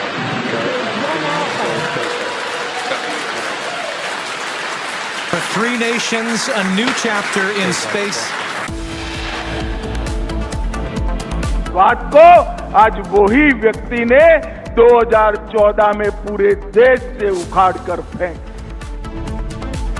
Home Minister Amit Shah releases the Emergency Diaries, a book that chronicles Prime Minister Modi's role in the fight for democracy. Home Minister also slammed Congress for murdering democracy in 1975. Had we not succeeded with that hit ended the war. I don't want to use an example of Nagasaki, but that was essentially the same thing. That ended that war. This ended that with the war. Trump compared strikes on Iran to Hiroshima, says strikes on the nuclear program of Iran was the hit that ended the war. Group Captain Shubhanshu Shukla sets off on key EXIM-4 mission, says this mission is the beginning of India's human space program. 4 years after the Antilia bomb scare, big allegation against Parambir Singh. Salil Deshmukh says he was the mastermind of the plot. Powered by Century Ply Club Prime. Raho befikar. In the global employability rankings by Times Higher Education UK, only the following 6 institutions from India are ranked amongst the top 230 in the world for having the most employable graduates. IIT Delhi, IISc Bangalore, IIT Bombay, IIM Ahmedabad, IIT Kharagpur and Amity University. MDH की हल्दी मिर्ची धनिया करे कमाल, ये रंग दे, ये खुशबू दे, ये तीखा, ये कम पड़े, क्या निराला MDH मसाला। विमल में गुलिस्तां की ये कुछ लजीज फरिश्ते जब साथ घुले तो जी ललचाए और दिल कहे कि स्वाद की जुबान में खुद को ऐसा डुबाऊं कि निकल ना पाऊं। विमल की जुबान कुछ है ही ऐसी, मानते हैं ना? विमल, बोलो जुबान Kesari. Where the software engineer meets the gifted content writer, meets the cool UI UX designer, meets the talented photographer to create the big dream. The world comes together at Sharda University. So where are you? आधे bowl दही में 4 चम्मच MDH चटनी पुदीना मसाला डाला, stir करो, पुदीना चटनी तैयार। MDH चटनी पुदीना मसाला। Hi, this is Chef Ranveer Brar and I'm here to tell you that also gives me the license to guarantee you brilliance on behalf of IAEA. Join International Institute of Hotel Management. नमस्कार मेरे प्यारे देशवासियों, what a ride. 40 साल बाद हम वापस अंतरिक्ष में पहुंच गए हैं और कमाल की राइड थी। इस समय हम 7.5 किलोमीटर प्रति सेकंड की रफ्तार से पृथ्वी के चारों तरफ घूम रहे हैं और मेरे कंधे पे मेरे साथ मेरा तिरंगा है जो मुझे बता रहा है कि नहीं हूँ, मैं आप सबके साथ हूँ। ये मेरी इंटरनेशनल स्पेस स्टेशन तक की जर्नी की शुरुआत नहीं है, ये भारत के ह्यूमन स्पेस प्रोग्राम की शुरुआत है और मैं चाहता हूं कि आप सभी देशवासी इस यात्रा का हिस्सा बने। आपका भी सीना चौड़ा होना चाहिए, आप भी उतना ही एक्साइटमेंट दिखाइए। आइए हम सब मिलकर भारत के ह्यूमन स्पेस प्रोग्राम की जर्नी की शुरुआत करें। धन्यवाद। जय हिंद, जय Bharat.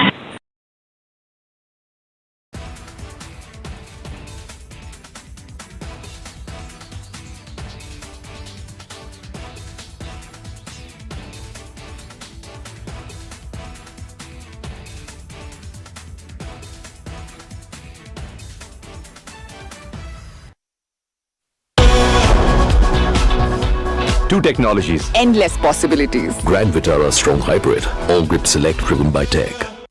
Nexa.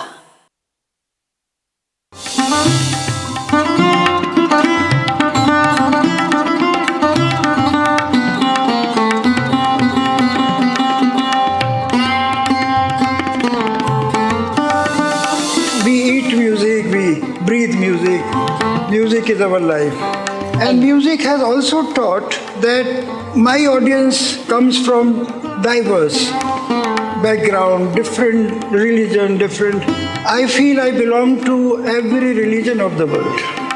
I feel I belong to every religion of India. So my life is music. So I'm very grateful to God Almighty. That's amazing.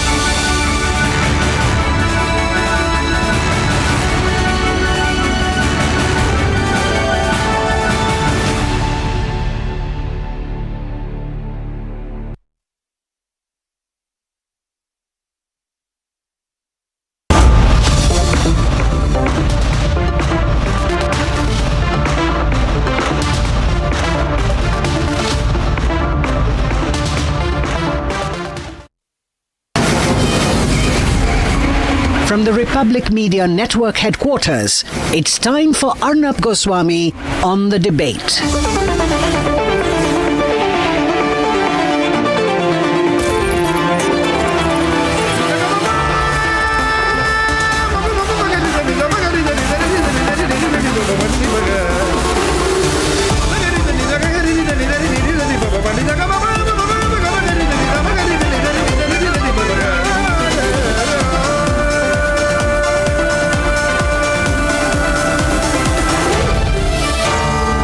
Arnab Goswami on the debate. On the show tonight, the notorious Parambir Singh, the tainted Parambir Singh, the controversial Parambir Singh, back in the news with allegations that Parambir Singh was the mastermind of the Antilia bomb case where bombs were planted outside Mukesh Ambani's house. We're talking about the notorious Parambir Singh once again.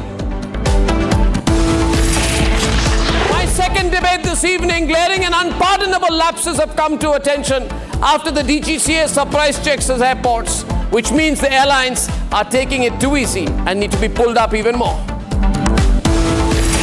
At 8:45 this evening, we are beaming with pride at the feet of Group Captain Subhangshu Shukla as he's jetting off to the ISS on board the Falcon 9 as we speak. This evening, what an embarrassment for the embarrassing Donald Trump. His intel agencies have burst his bubble on massive strikes in Iran. It appears it was the bombing that wasn't. It was a complete flop show.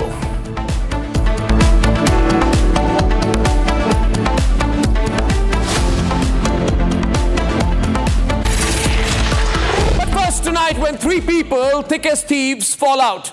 then the rot begins to crumble and the skeletons stumble out as well. We all know about the disgraced and disgraceful, the notorious, the tainted, the horribly controversial, the embarrassing Parambir Singh. An ex-cop, now retired, doing some job, who has been under so much investigation, among others, under investigation in the Antilia bombing case. The case where someone tried to bomb the house of Mukesh Ambani, India's richest man. Parambir Singh's role has always been under question there. What was Parambir Singh's role?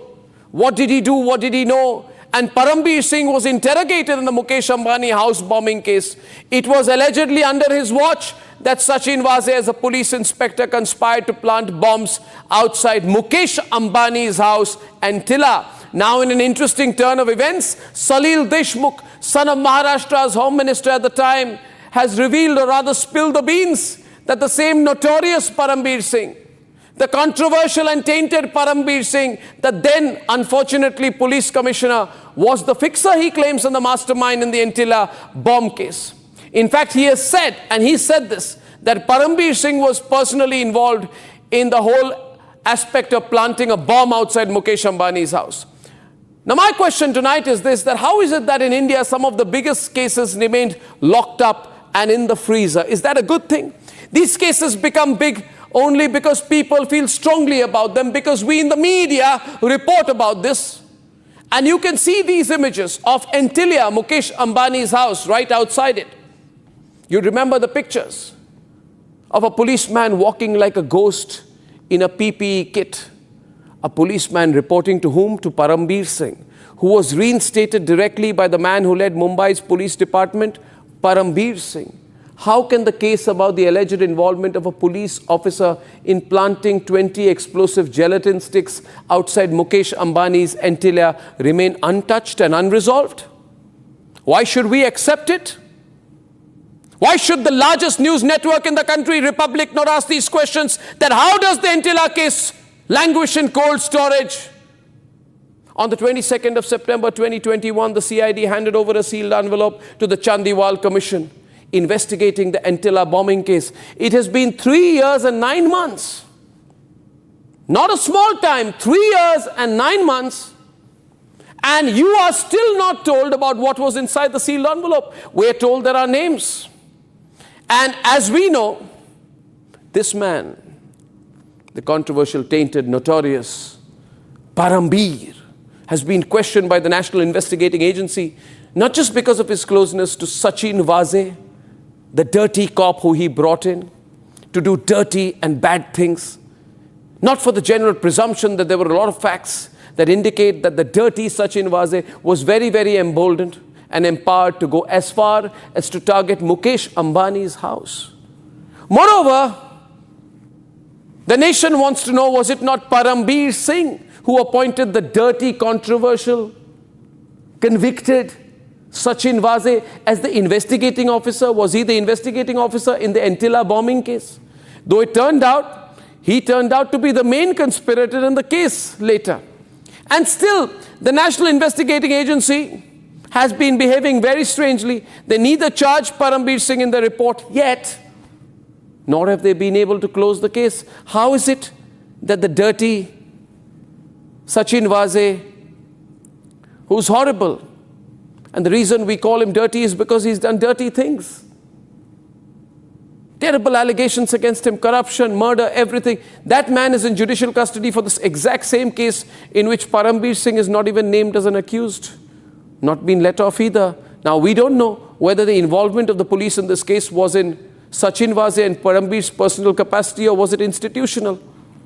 Did Sachin Vase act in his individual capacity or an institutional capacity? If he acted in an institutional capacity, then what is the role of Parambir Singh? These are legit questions, and these are things that are very, very, very, very, very, very suspicious. Someone speaks once every few months, but you are told you have no right to know. Now, viewers, let me share something with you. The car in which the bombs were placed outside Mukesh Ambani's house is the same car. And this is something perhaps Mukesh Ambani knows, perhaps he doesn't know. He should know. In any case, this car placed outside Mukesh Ambani's house is the same car, by the way, in which Parambir's main man, the dirty Sachin Vaze, came with the police to arrest me on the 5th of November 2020. I'm not making this up. This is the same green Scorpio. Fate has a strange way of bringing the evidence out. I'm showing you the evidence, viewers. See this, the same green Scorpio outside my apartment in Mumbai, and the same green Scorpio full of bombs outside Mukesh Ambani's house. Mukesh Ambani must know. The police must know. The central government must know. The BJP must know. Because I believe that evil men in uniform got so emboldened arresting me in a false case that they tried the same trick to bomb the home of Asia's richest man. Worst thing is, they don't want to give closure to this case. Some people have put it in cold storage with loose threads hanging around. It is your responsibility to connect the dots. I also believe that even today there is an attempt, a desperate attempt. A desperate attempt, I don't know why, to hide the 100% truth in the Antilia bombing case. I don't know why. But like everything, I make a promise tonight that this case also, the truth will tumble out. If not tumble, then it will slide out, but it will come out any which way. Let's debate. 25th February 2021. A case that targeted India's richest man, Mukesh Ambani, and his family. The car bomb case, where a Scorpio full of RDX was placed outside his Antilia residence in South Mumbai. So far, the main focus of the NIA investigation on the Antilia bomb case had been on another disgraced cop and alleged killer Sachin Vaze. But now the focus is closing in on Parambir Singh. Visuals back then showed the killer cop Sachin Vaze picking up a man called Mansukh Hiren outside the Mumbai Commissionerate when Parambir was the police commissioner. Back then, visuals had also showed how Vaze was seen driving Mansukh Hiren to the police headquarters. But the next day in Thane Creek, not far from the Mumbai city, Mansukh Hiren's body was found.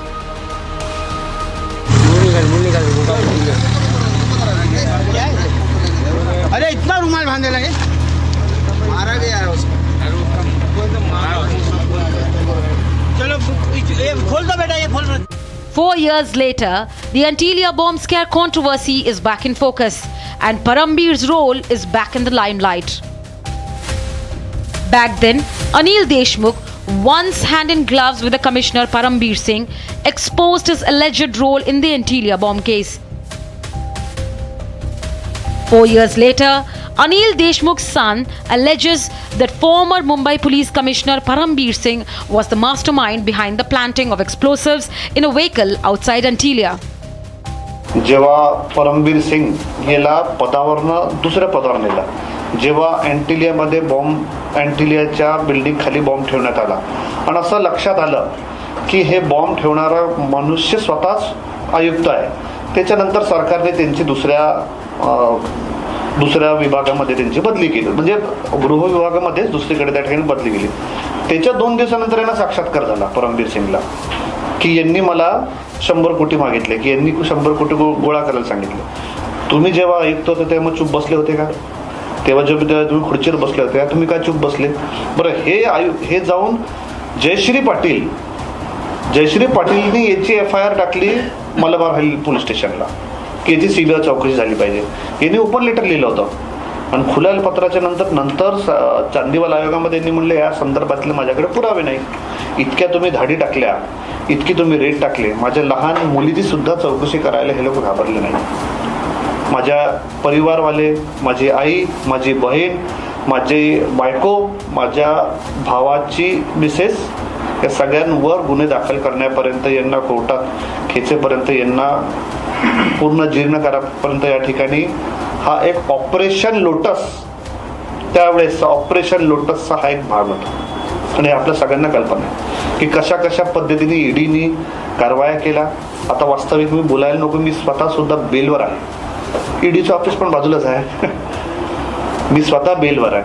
पण हे एक operation लोटसचा भाग होता आणि त्याच्या माध्यमातून हे केलं गेलं आणि एवढंच नाही, आमच्या पश्चात पण बरेच लोकांवर केलं. इतकं झाल्याच्या नंतर तुम्हाला भेटलं काय? इतकं झाल्याच्या नंतर तुम्ही काय करून घेतलं?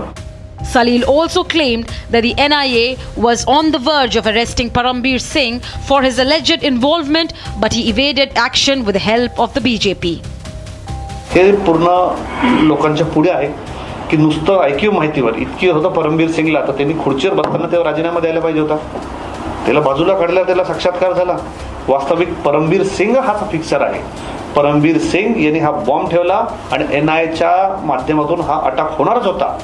हा स्वतःचा बचाव करण्यासाठी याने भाजपच्या वरिष्ठांची मदत घेतली आणि मदत घेऊन स्वतः वाचून अशा पद्धतीचा आरोप करून पळून गेला. परमवीर सिंह पर अगर आरोप लगे हैं और परमवीर सिंह की जांच होनी चाहिए, अगर गृह मंत्री का पुत्र कह रहा है जो एक नेता भी है, तो ज़रूर इसकी जांच होनी चाहिए.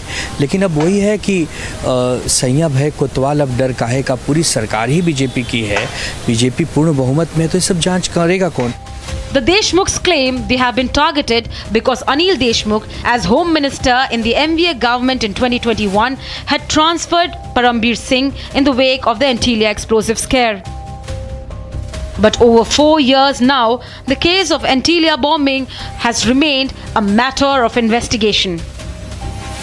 The information that was shared to the court in a sealed envelope had some information shared, which means it is not in public scrutiny yet. But even today, nobody has forgotten the attempt to bomb the house of Mukesh Ambani. And after 4 years, the focus is back on one man, Parambir Singh. Was Parambir Singh the mastermind in that case? Was the then Mumbai top cop Parambir Singh involved?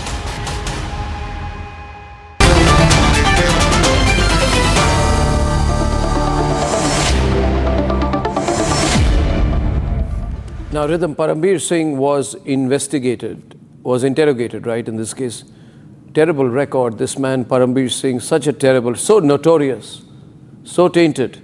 He was interrogated, right? We have the pictures, you're sure he was interrogated. He was called by the National Investigating Agency, and then suddenly, he was neither cleared nor framed. So, what happened? Where does the case stand now? Rhythm. Absolutely. Arnab, the entire blame by the NIA in its charge sheet of 10,000 pages has been put on Sachin Vaze. However, the biggest question to ask here and the compelling evidence that is there with them against Parambir Singh makes us wonder why there is no case that had been put against Parambir Singh. First point, of course, he was reinstated. Sachin Vaze was reinstated in 2019 by Parambir Singh. Most important point, the NIA charge sheet speaks about a cyber expert. That cyber expert has given a testimony that he was told to mock up a scenario linking a Telegram channel to Jaish-ul-Hind and paid him 5 lakh rupees to falsify the report. Also, Parambir and Sachin Vaze are totally linked. These two are thick as thieves. They do everything together. Sachin Vaze was Parambir's and did Parambir make him investigating officer in this case also? Yes. So so Parambir Singh made the main conspirator investigating officer in the Antilia case of the bombing outside Mukesh Ambani's house. And this is just the tip of the iceberg. The Maharashtra ministers Nawab Malik, Dilip Vasle Patil also publicly asserted that Singh had misinformed the then chief minister and presented this scare as terrorism with fabricated Pakistani links. Yeah. What is even more shocking to understand is this evidence from the NIA witnesses reveals on the day Mansukh Hiren's body was discovered, Singh met with the encounter specialist Pradeep Sharma and Vaze, who is the main mastermind right now, suggesting let's get Salil. We got with us this evening Salil Deshmukh. He's the son of the former Maharashtra Home Minister Anil Deshmukh. And he's saying that Parambir Singh is the main conspirator. Now, you made a very serious charge against Parambir Singh, Salil. How sure are you of that? Well, Arnabji, first of all, at the outset, I thank you for taking out this issue. Salil Deshmukh, I am a NCP worker. I have been working in my party for quite a long time. And this is my personal experience. This is my personal way of talking. I mean to say, I am no investigative agency. But whatever series that has happened, whatever chronology that we see, completely indicates, completely shows that this man, disgruntled cop, Paramveer Singh, has done all this. And to get away from what he has done a lot of the compromises, which the chronology only proves. We are proud of our Maharashtra cops. We are proud of our India cops. Time and again, and Maharashtra cops, Mumbai police has taken our name of our state, our country to different heights. We know that Bombay police को हमेशा Scotland yard से भी compare किया गया है.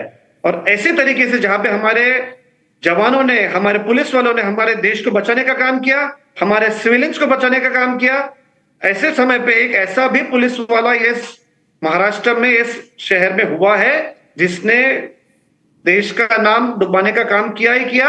ऊपर से एक बहुत बड़ी गहरी साजिश उसने रची, ऐसा मेरा पर्सनल मानना है. क्योंकि ये क्रोनोलॉजी जो आप देखेंगे, ये पूरी जो हमारे editor in chief, I wouldn't know her name, लेकिन जो उन्होंने बताया है पूरी उसी तरीके से जाती है. आप अगर देखिए तो परमवीर सिंह जब ये बॉम्बे का सीपी थे, तब वो परमवीर सिंह के नाक के नीचे ये सब हुआ.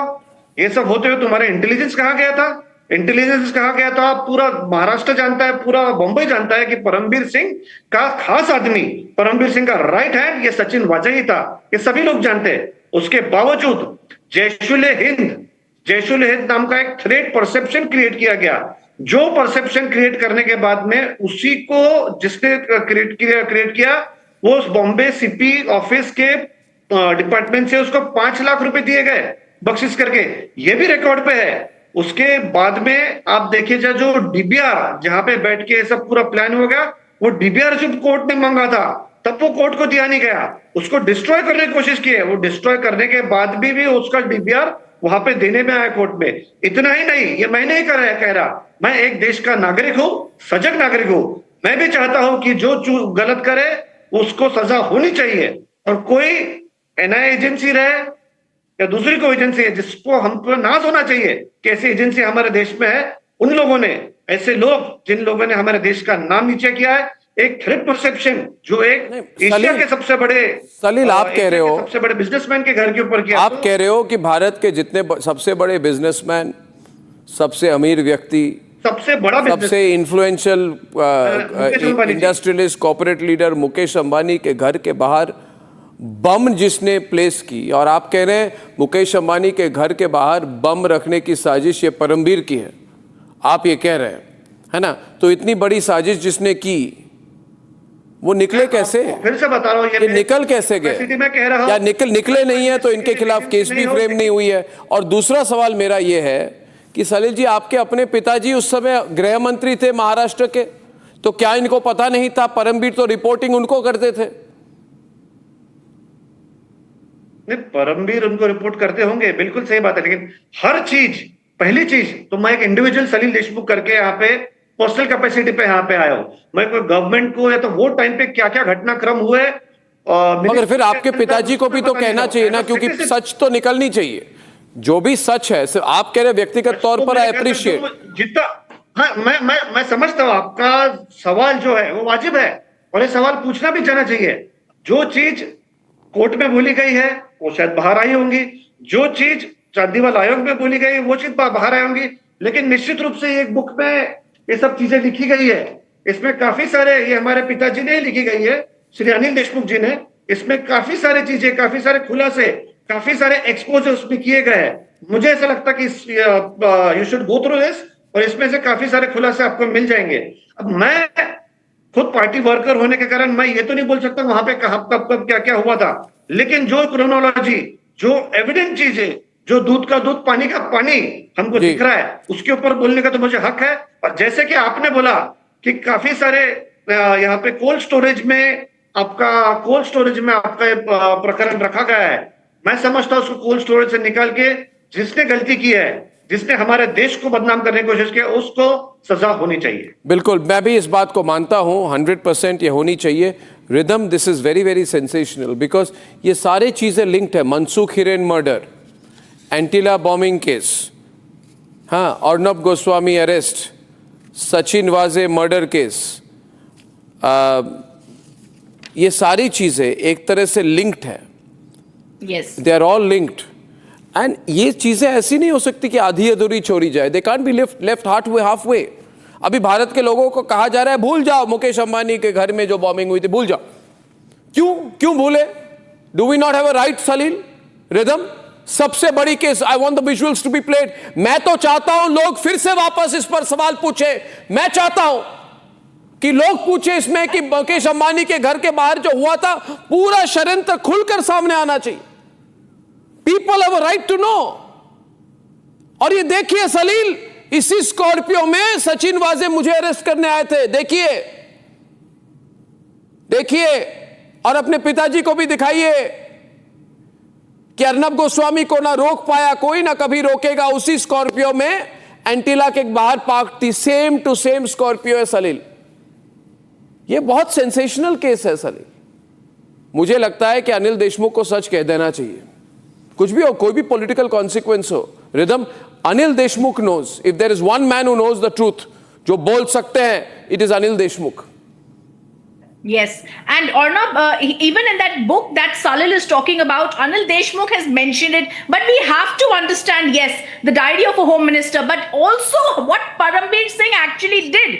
What Salil is saying, he requested the insertion of a Jai-ul-Hind poster in this report to falsify and support terror claims against, like you said, the richest man in India and Asia, Mukesh Ambani, for the fabrication that he wanted to tie this entire plot as a terrorist plot and to try and get credibility from the masterminds. We remember what Antilia bomb scare that happened, a Scorpio SUV, the visuals on the screen with the 20 gelatin sticks found abandoned outside Mr. Ambani's house at Antilia. The car belonged to Mansukh Hiren, who was found dead. His body was recovered from the Mumra Creek, and I remember you had said that it's almost, when it was washed, his body was washed ashore, that it's almost as if it's his body, it's like a phoenix that's rising and coming back to get justice. This is not only about a fabrication of a tale, but about a murder of Mansukh Hiren that was done with fabrication and collaboration. How is it possible that Parambir Singh reinstates someone who is out of service for 16 years because of his dubious role in an encounter killing of a person, and then that person after 16 years goes through is immediately shifted up. He's given this, he's given power of a CIU unit, Sachin Vaze. He's reinstated, personally commissioned by Parambir Singh, and then he does all this without the immediate knowledge of the person whose blue-eyed boy he is. We cannot allow the Antilia bomb case to be covered up anymore. That's what I want to say. To be covered up. If we allow it to be covered up, then I think it is cheating the people of India. Do you agree with me, viewers? That's how things sometimes happens. Very powerful people come together and then they say, forget it. Only we have a right to know what happened in that case. Now, what am I saying? I'm saying if the case involving an attempt to bomb the house of Asia's richest man is covered up, it's dangerous for Indian democracy. This case will have to be opened up. Anil Deshmukh must speak. We will investigate. Salil, I thank you for coming out tonight. Rhythm, thank you very much. That's my view on it. We cannot allow the Antilia bomb case to be closed anymore. It's very suspicious that it's been closed. It's very dangerous. There seem to be people very interested in closing the case. Why? Who are they protecting? Who are the people whose role, if it comes out, is going to shock people in this country? Who are they? The nation will know, will get to know. Read my lips. The nation wants to know, the nation will get to know. And Republic will expose it. Ladies and gentlemen, 2 weeks after the AI-171 crash, in which the role of the Tatas was terrible, the role of Air India was terrible, the DGCA finally woke up to do an audit and surveillance checks. I'm happy for that. And what they found at the Mumbai and Delhi airport is beyond shocking. It is horrifying. Here it is. 241 people were charred to death in the Ahmedabad plane crash.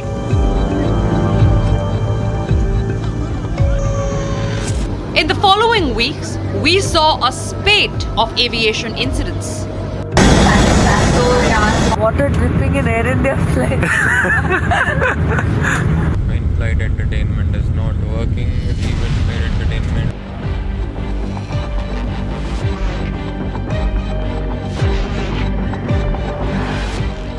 After the massive outrage, the aviation regulatory body has sprung into action. Surveillance of major airports including Delhi and Mumbai have been conducted, exposing serious lapses. The DGCA audit report has made damning revelations.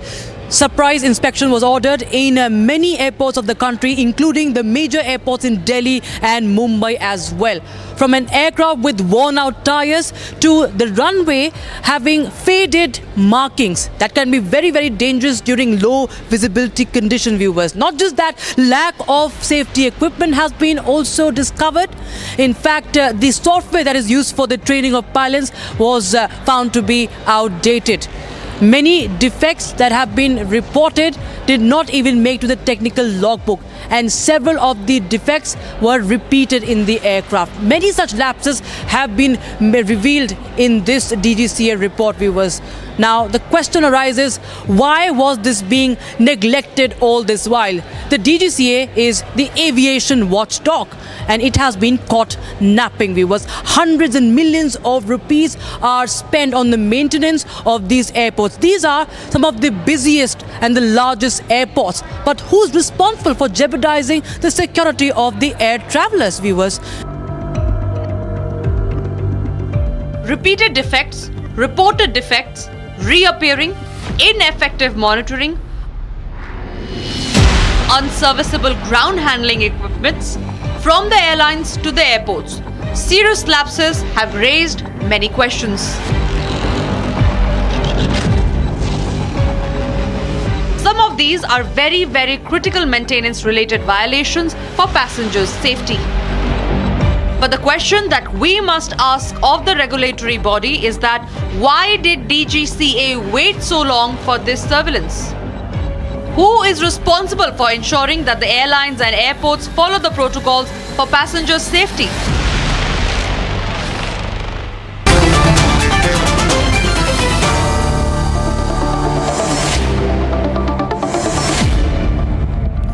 Okay, we got Venkateshwar Rao, Captain Ehsan Khalid. Venkateshwar Rao is a very activist, former Air India.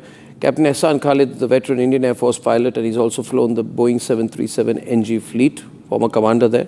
Parvez Damania, former director of Kingfisher and founder of Damania Airways. Mr. Damania, this is frightful because suddenly they've woken up and they find that everything is wrong. DGCA suddenly wakes up and they find that everything is wrong, technical faults, defect alerts, not logged, safety breaches, no speed governors, no runway markings, no taxiway lights. I mean, it's a mess. I can go on and on. Obstruction data around airports not updated in 3 years. What's been going on? We feel like we've been walking on the edge. No, I think it's very shocking. These findings are, are really very shocking. And I'm surprised the DGCA took so long to do this audit. And this audit was done by very senior DGCA, joint DGCA level people. And some of the findings they found, like runway markings, taxiway runway markings have been worn out. Simulators hasn't been updated. And a lot of defects, and these are just right now, these are just Bombay and Delhi airport. So can you imagine what must be the condition of the smaller all the airports? Yeah, smaller airports. Yeah. At least Mumbai is a huge DGCA office, Delhi is a huge DGCA base. So these people would have been a little more careful, but remote airports like Bhopal, Indore, which are really away from the DGCA radar, we cannot imagine what the situation must be. So why did the DGCA allow this? Should the Civil Aviation Minister not explain, Captain Ehsan Khalid? Hi. It doesn't appear to be very shocking to me because it does not. The reason being that the regulator, DGCA or the Airport Authority of India, which is supposed to oversee the functioning of airports of India, they are heavily understaffed. They are under budget constraint, The government is almost understaffed. It's a government organization. Government is understaffed. That is correct. Almost about 30 to 40% of the positions, critical positions, are vacant, and they have been vacant for decades. But that's their problem. People can die. Right. So the thing is that, it is not something that has happened overnight. What I'm saying is that it does not come shocking because we don't invest in safety. We invest into things which give us returns, and we don't think that safety is something. Safety doesn't get you a return. No, it does not give us a return. It is only an. So people are cattle. People are cattle. They have to be carried around like cattle, and they can be sacrificed like cattle. How would you otherwise explain 40% of the posts being vacant in these organizations? From 2014 to 2020. Not my problem. I pay taxes. I pay taxes, Venkat. No, I pay. Why should my life be compromised? I'm not giving excuse. I'm telling you the fact that the air travel has increased from 66 million to 160 million, almost nothing moves these people. This Air India, DGCA, nothing moves. I'm telling you, viewers, there is a truce and an agreement between DGCA and Air India. And only Republic will say this, because we don't do these, sort of softy interviews with Chandrasekharan. We don't care if Chandrasekharan talks to us or not. We are in a mess. We are in a mess. People are being compromised. Today it's happened in Bombay and Delhi airport. Imagine Guwahati airport, imagine Gorakhpur airport, imagine Kolkata airport, imagine Jabalpur airport. I don't know what's going on here, Venkat. This is a scam. This is a scam that's going on. The DGCA, honestly, is a Rip Van Winkle. It only wakes up when there's an incident or an accident. We have been screaming hoarse. DGCA officers are very pliable. And I have to make this statement with full responsibility. I have seen reports, I have seen so many things that the DGCA has done. We have been on your channel for so long, but it is surprising that not one person thought it fit to talk to people and find out. No, I'm not talking to me. There were senior personnel who were on the show, Captain Panesar, but they don't want to talk because we are a mirror to them to show that, look, this is where you goofed up. DGCA has always been a problem. It is pliable to maybe two free tickets or an upgrade or an excess baggage clearance or maybe some gratuities in cash or kind, and you can get any work done in the DGCA office. And I make this statement with full responsibility because I have seen how the earlier day a particular statement is made and the next day on Air India's asking, the rules were changed. So you have one person from Air India permanently posted in the DGCA. Let me tell you, with regarding to manpower, the standard force has to be maintained. It is not the passenger or the crew or anybody else's problem. So if you don't maintain your standard force, you are bound to have problems. So coming back to what I am saying is the DGCA, manpower is not the problem. The problem basically is the attitude. The DGCA thinks nobody can touch me. Nobody can do anything to me. Because they've got an agreement with the airlines, and the airlines are leading to this corruption. If there's corruption, it's because of the airlines. The problem is, I saw an email from an airline to someone in Civil Aviation Ministry, someone in DGCA. So I know Falana Thikana, so this big person is going, this big person's mother is going, this big person's brother is going, this big person is going. Please give them 10 kilo, 20 kilo, 30 kilo, 40 kilo, 50 kilo free. Now, when you give 50 kilo free, you're also endangering passengers because you're adding weight to the plane. And that will not... This kind of stuff is happening. Viewers, I'm going to tell you this kind of stuff is happening. Other channels will not tell you. They have agreements. They want advertising. I don't give a damn. I don't give a damn out here. I think they're handling it terrible. I don't know what the Tatas are doing. It's a frightful mess. But I don't know what the Civil Aviation Minister is doing. Nice guy. Nice guy. He came to my office recently. I don't know what he's doing. No, Parvez, I think the Civil Aviation Minister should either make a statement on what's going on. Problem.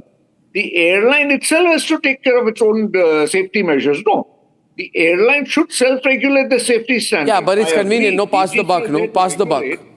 But shouldn't the airline also look after the safety standards? Yeah, but there's a pass the buck arrangement. Some of the defects were found in the airline. Why would I do that? Some of the defects are found by the, if my Parvez, simulator is not being Parvez, upgraded, that's some DGCA's problem. So the airline also should self-regulate. No. Is it just not the airlines? I am tired of hearing this.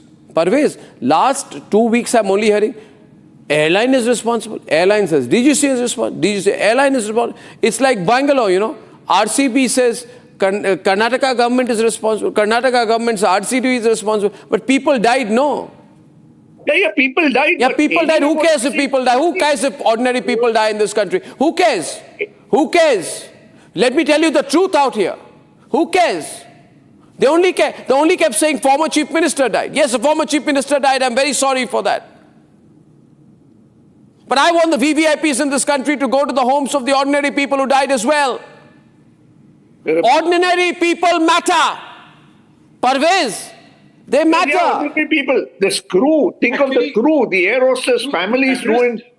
So many lives are ruined because of this, It's not a very minor thing. It's not a minor thing, but they've got an arrangement. No, where is the civil aviation minister? I want to call him on an episode of Nation Wants to Know. Right after this, I'm sending him a letter. But problem is, he's from the TDP. BJP will not trouble the TDP. BJP will not take action against the TDP minister. Right or wrong? Can the BJP act? Can the BJP ask a TDP minister to quit?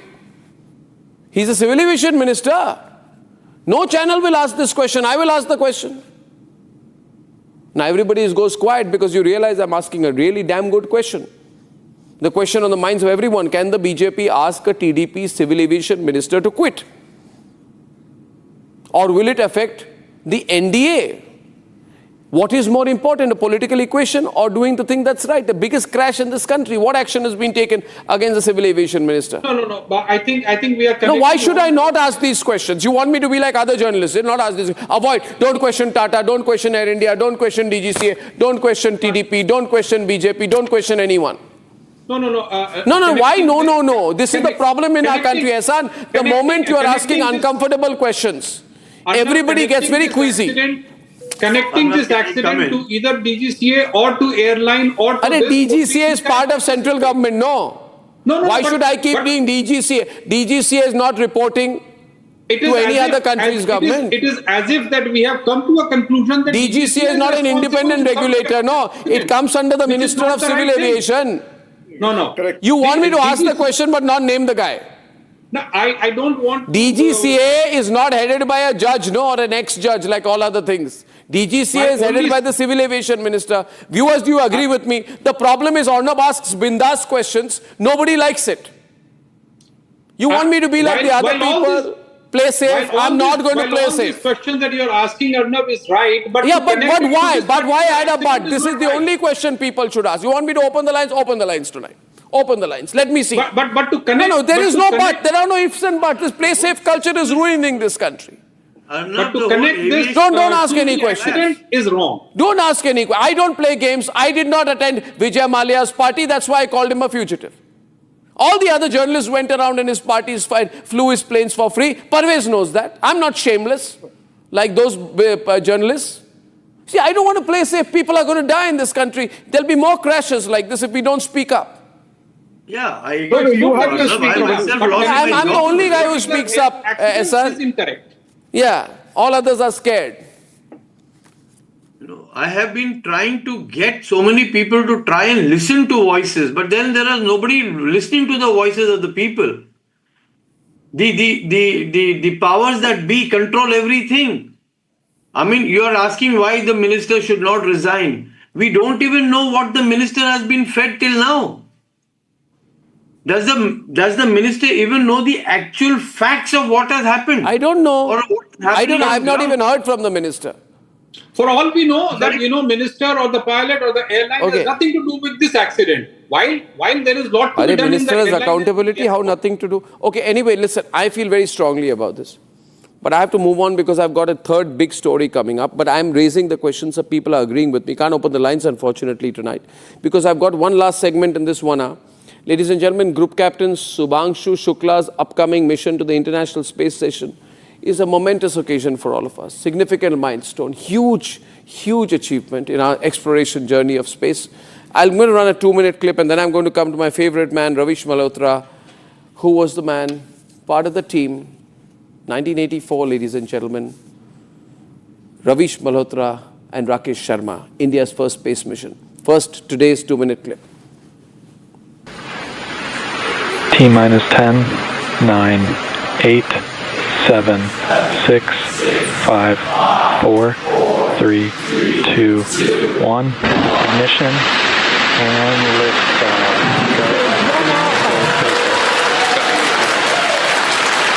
For 3 nations, a new chapter in space takes flight.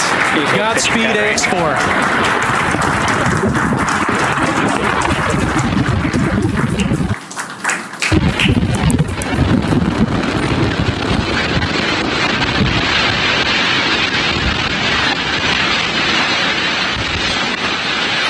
T+30 seconds into flight with the Axiom 4 crew on board Dragon, headed to the International Space Station. Waiting to hear call-outs from the Falcon 9 engineering team. Power and telemetry nominal. Stage 1 throttle down. We're throttling down the 9 Merlin engines. We're into the throttle bucket, preparing for max Q. Max Q.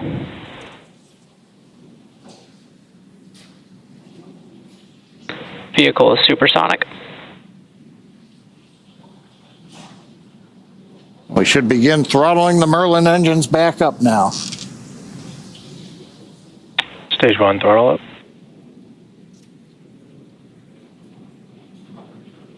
Mission control confirming Stage 1 Bravo. That throttle up, and we Copy, are 1 Bravo. hearing our commander Peggy Whitson call out the first abort mode. Each of these are a specific phase where if for any reason we had an in-flight Impact abort, show underway. Dragon would abort to a safe location. So we're going to call out each of those milestones as we pass through them. We also just heard the call out for MVAC chill. We're going to trickle just a little bit of liquid oxygen now into the turbo pumps on board our Merlin vacuum engine on stage 2 in preparation for second engine start 1, which will of course be shortly after stage separation. Now, at this point, we are just about 30 seconds away from 4 events that are going to happen in rapid succession. The first one will be main engine cutoff, or MECO, then again followed by stage separation, ignition of that second stage engine, which we are already preparing for, as well as the first stage's boost back burn. नमस्कार मेरे प्यारे देशवासियों, water ride 40 साल बाद हम वापस अंतरिक्ष में पहुंच गए हैं और कमाल की राइड थी। इस समय हम 7.5 किलोमीटर प्रति सेकंड की रफ्तार से पृथ्वी के चारों तरफ घूम रहे हैं और मेरे कंधे पे मेरे साथ मेरा तिरंगा है जो मुझे बता रहा है कि नहीं हूँ, मैं आप सबके साथ हूँ। ये मेरी इंटरनेशनल स्पेस स्टेशन तक की जर्नी की शुरुआत नहीं है, ये भारत के ह्यूमन स्पेस प्रोग्राम की शुरुआत है और मैं चाहता हूं कि आप सभी देशवासी इस यात्रा का हिस्सा बने।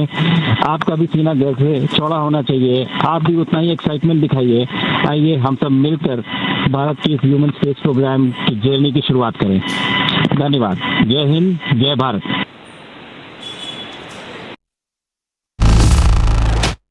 I have with me Air Commodore Lavish Malhotra with us. Your thoughts on how it went today?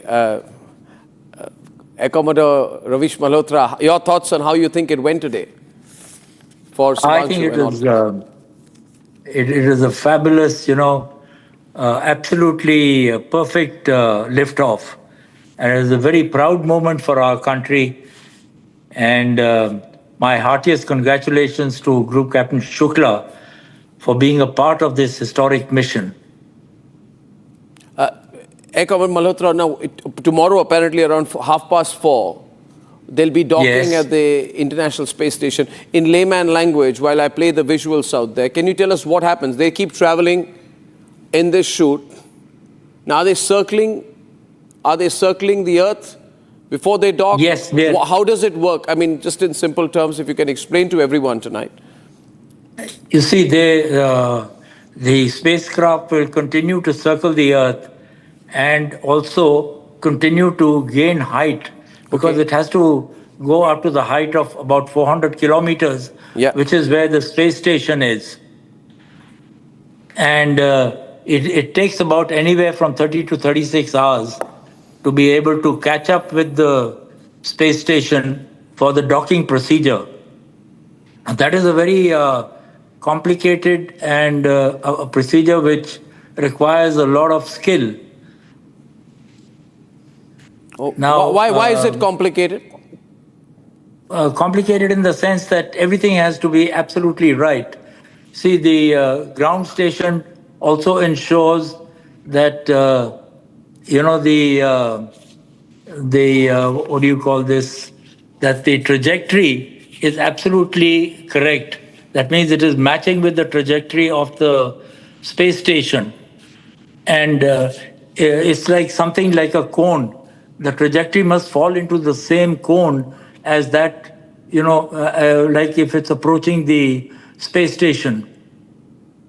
And they have checkpoints at each point, whether it is a go or a no-go, or whether they need to abandon that particular orbit and come again next time.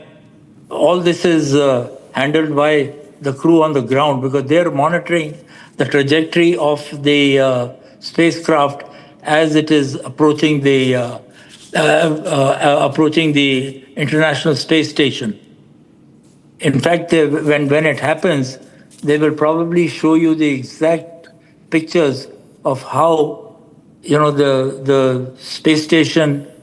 You take pictures from the space station and have a look at the spacecraft which is approaching the space station, and it reduces the speed. Finally, it reduces the speed to such an extent that it is practically inching forward to make contact for the docking.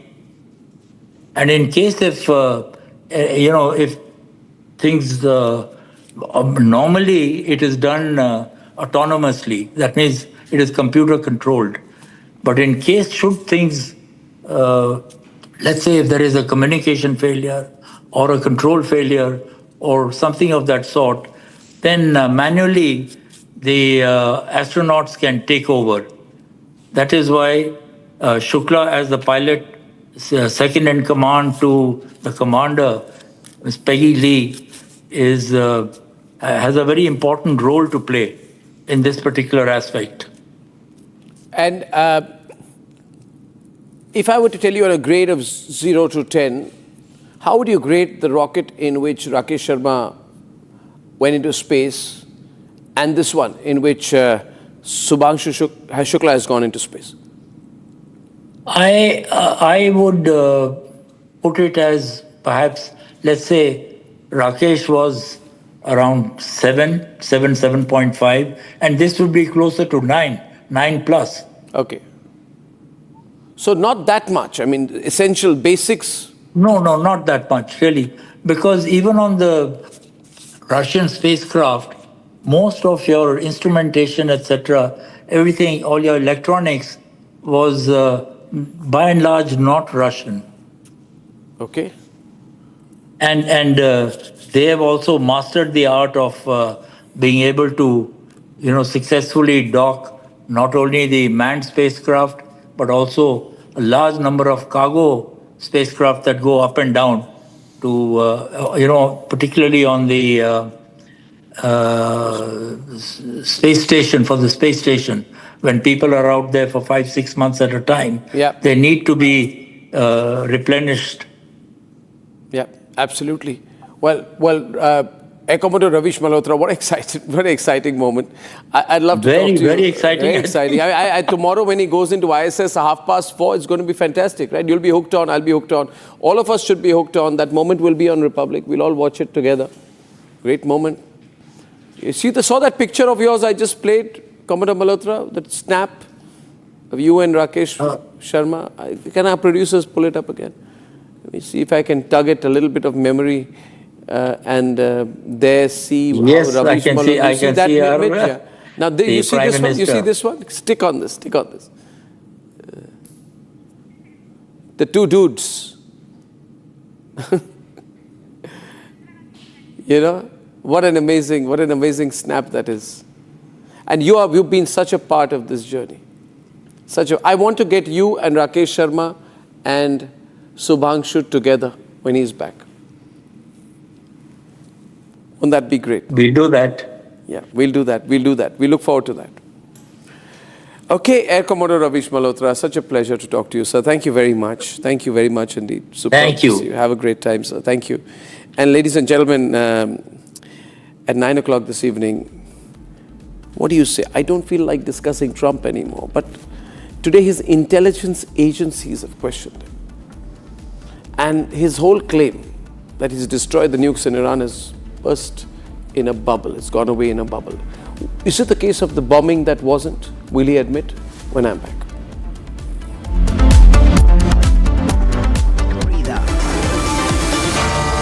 Arnab will be right back with the debate.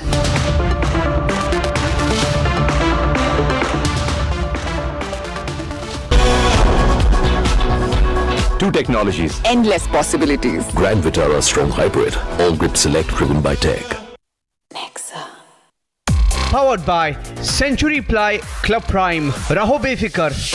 Where the software engineer meets the gifted content writer, meets the cool UI UX designer, meets the talented photographer to create the big dream. The world comes together at Sharda University. So where are you? दादी के हाथों का जादू और खुशबू से महकता घर, माँ की मुस्कुराहट और खाने की सुगंध। MDH गरम मसाला, क्योंकि हर रिश्ता है स्वाद से जुड़ा। आपकी फेवरेट हुंडई कार्स पर मिल रही है अमेजिंग डील्स। वैसे लोगे तो आप हुंडई ही, चाहे दिल की सुनो या डील्स की, तो जल्दी चले आओ Hyundai showroom. Hi, this is Chef Ranveer Brar and I'm here to tell you that also gives me the license to guarantee you brilliance on behalf of IAEA. Join International Institute of Hotel Management. विमल में गुलिस्तान की ये कुछ लजीज फरिश्ते जब साथ घुले तो जी ललचाए और दिल कहे कि स्वाद की इस जुबान में खुद को ऐसा डुबाऊं कि निकल ना पाऊं। विमल की जुबान कुछ है ही ऐसी, मानते हैं ना? विमल, बोलो जुबान Kesari.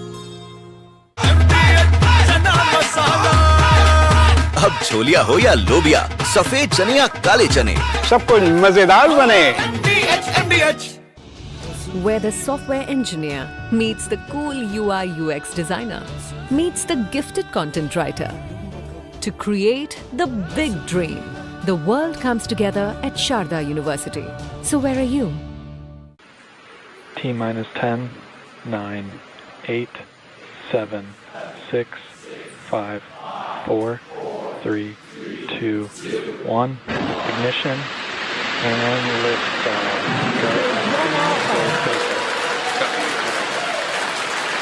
For three nations, a new chapter in space takes flight. Godspeed AX4. Two technologies. Endless possibilities. Grand Vitara Strong Hybrid. All grip select driven by tech. Powered by Century Ply Club Prime. Raho befikar. Where the software engineer meets the gifted content writer to create the big dream. The world comes together at Sharda University. पैसा लगाना है तो century ply club prime पे लगाओ। डूबेगा नहीं, जलेगा भी नहीं, कोई खा नहीं जाएगा, धोखा नहीं देगा, ऊपर नीचे भी नहीं होगा, सेफ रहेगा, सिक्योर्ड में मिनिमम 30 साल का रिटर्न देगा। अब इससे बेटर इन्वेस्टमेंट है तो बताओ। सेंचुरी प्लाई क्लब प्राइम, रहो बेफिक्र। आधे बाउल दही में 4 चम्मच MDH चटनी पुदीना मसाला डाला, स्टर करो, पुदीना चटनी तैयार। MDH चटनी पुदीना मसाला। आपकी फेवरेट हुंडई कार्स पर मिल रही है अमेजिंग डील्स। वैसे लोगे तो आप हुंडई ही, चाहे दिल की सुनो या डील्स की, तो जल्दी चले आओ हुंडई शोरूम। ये है सीक्रेट रेसिपी MDH का जीरा सिप जल जीरा मसाला। सिप सिप जीरा सिप MDH का जल जीरा सिप MDH का जल जीरा SIP.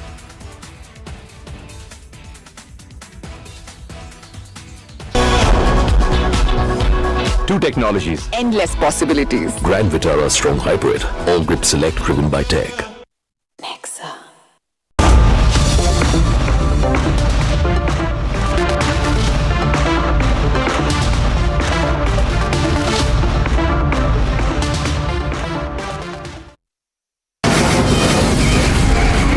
From the Republic Media Network headquarters, it's time for Arnab Goswami on the debate.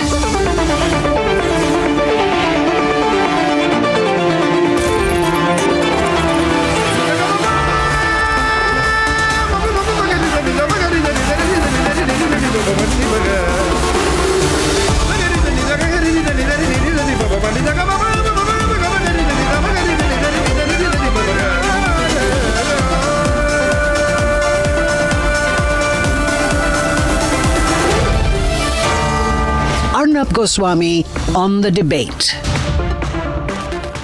Ladies and gentlemen, it's time now for the nation's sharpest opinion. And ladies and gentlemen, tonight I want to address all of you, of course, but I want to address the people in the country called the United States of America. And I want to ask them, what do they really think of Donald Trump?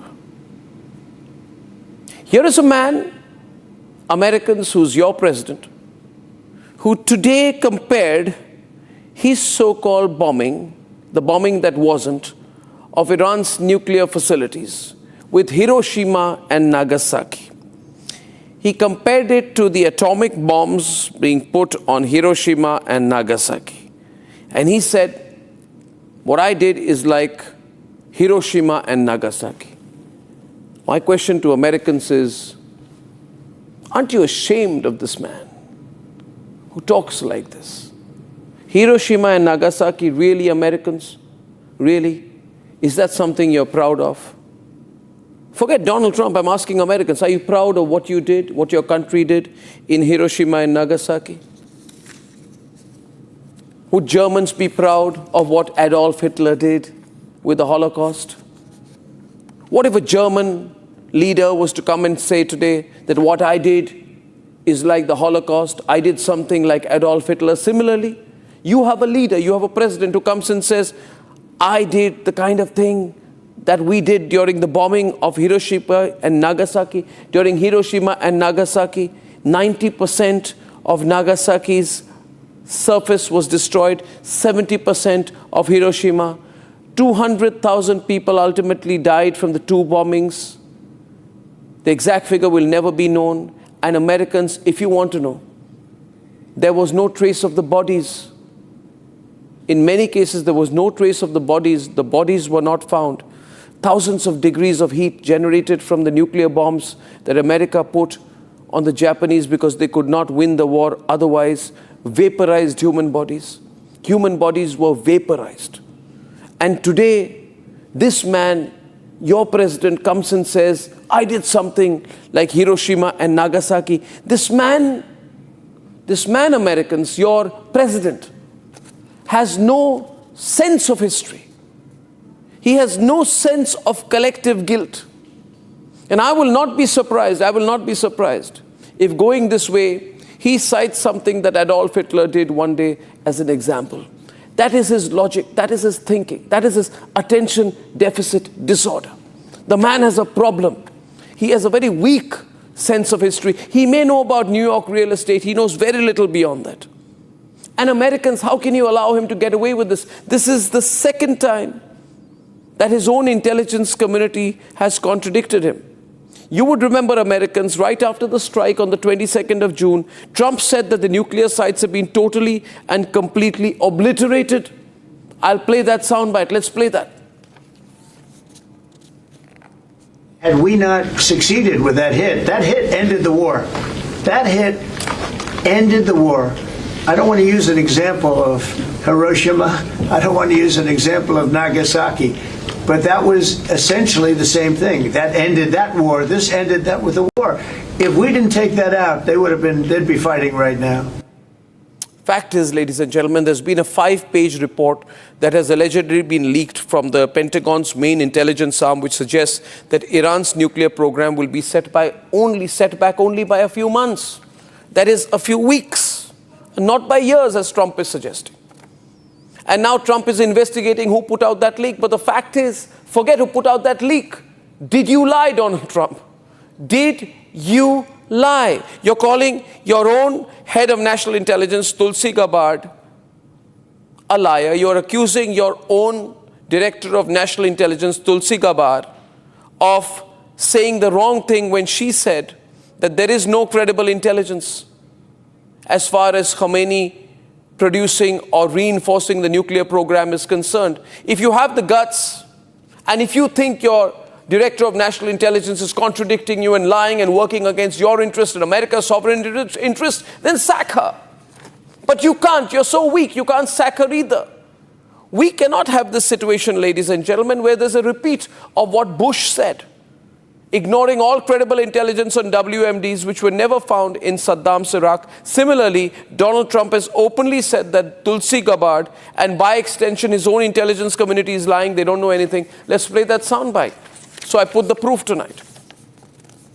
And the IC continues to assess that Iran is not building a nuclear weapon, and Supreme Leader Khamenei has not authorized the nuclear weapons program that he suspended in 2003. We continue to monitor closely if Tehran decides to reauthorize its nuclear weapons program. In response to that, Trump said this.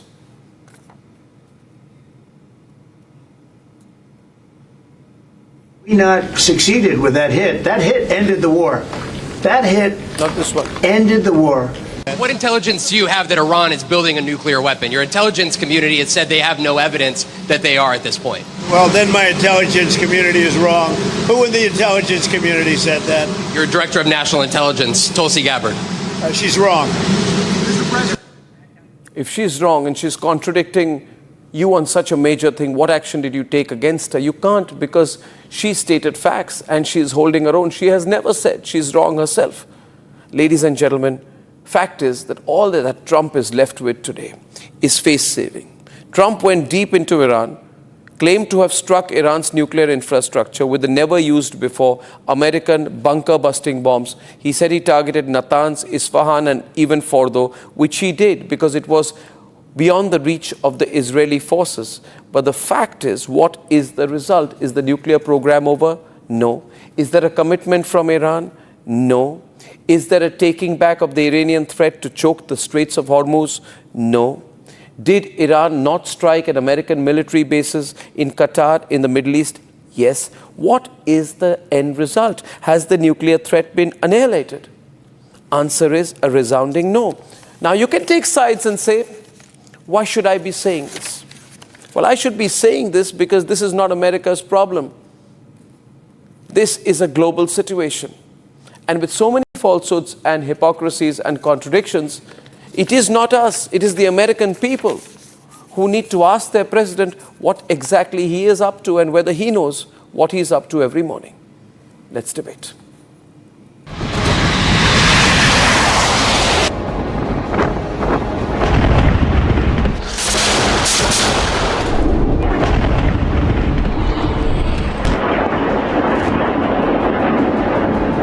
He claimed total obliteration of Iran's nuclear sites. Our objective was the destruction of Iran's nuclear enrichment capacity and a stop to the nuclear threat posed by the world's #1 state sponsor of terror. Tonight, I can report to the world that the strikes were a spectacular military success. Iran's key nuclear enrichment facilities have been completely and totally obliterated. His media is now questioning his claims and is getting on his nerves.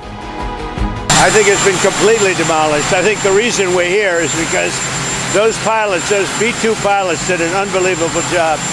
And you know, the fake news, like CNN in particular, they're trying to say, well, I agree that it was destroyed, but maybe not that destroyed. You know what they're doing? They're really hurting great pilots that put their lives in the line. CNN is scum. It all started with a leaked intelligence report from Pentagon's main intelligence arm, the Defense Intelligence Agency. A 5-page preliminary report assessing the US strikes on Operation Midnight Hammer suggests that US strikes may have only sealed off the 2 entrances of the nuclear facility in Fordo. The report further contends the underground building may not have collapsed and Trump's obliteration claim may be exaggerated. with Iran recovering as soon as within the next 6 months.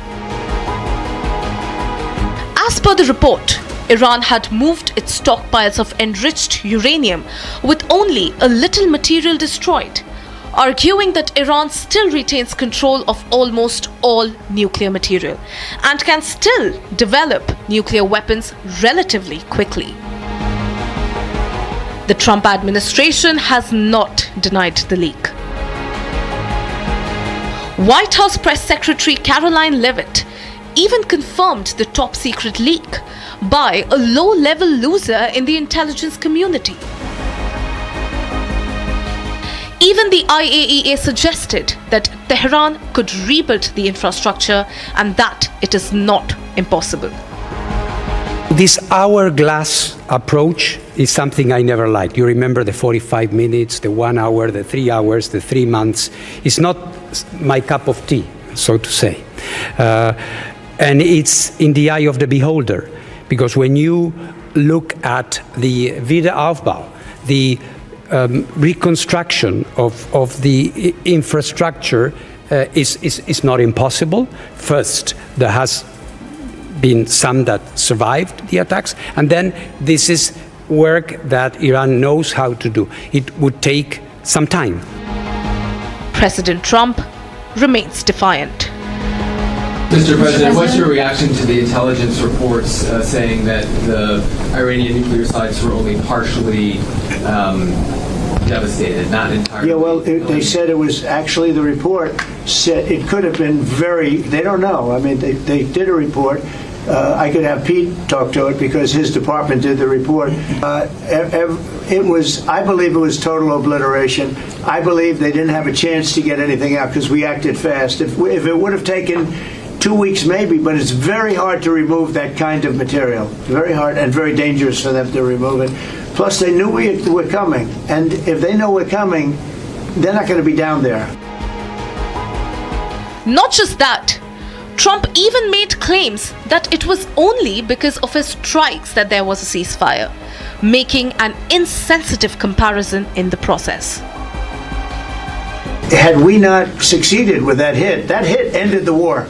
That hit ended the war.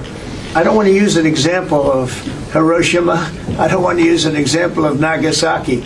But that was essentially the same thing. That ended that war. This ended that with the war. If we didn't take that out, they'd be fighting right now. This is not the first time Trump has been contradicted by his intel agencies on the Iran nuclear weapons. In March this year, Trump's Director of National Intelligence, Tulsi Gabbard, too had said in the US Senate that there was no evidence to suggest Iran was building a nuclear bomb. The IC continues to assess that Iran is not building a nuclear weapon, and Supreme Leader Khamenei has not authorized the nuclear weapons program that he suspended in 2003. We continue to monitor closely if Tehran decides to reauthorize its nuclear weapons program. The big question remains, can Donald Trump disown his own intelligence agencies? Were the US strike the cause of the ceasefire? Is Iran's nuclear dream destroyed forever?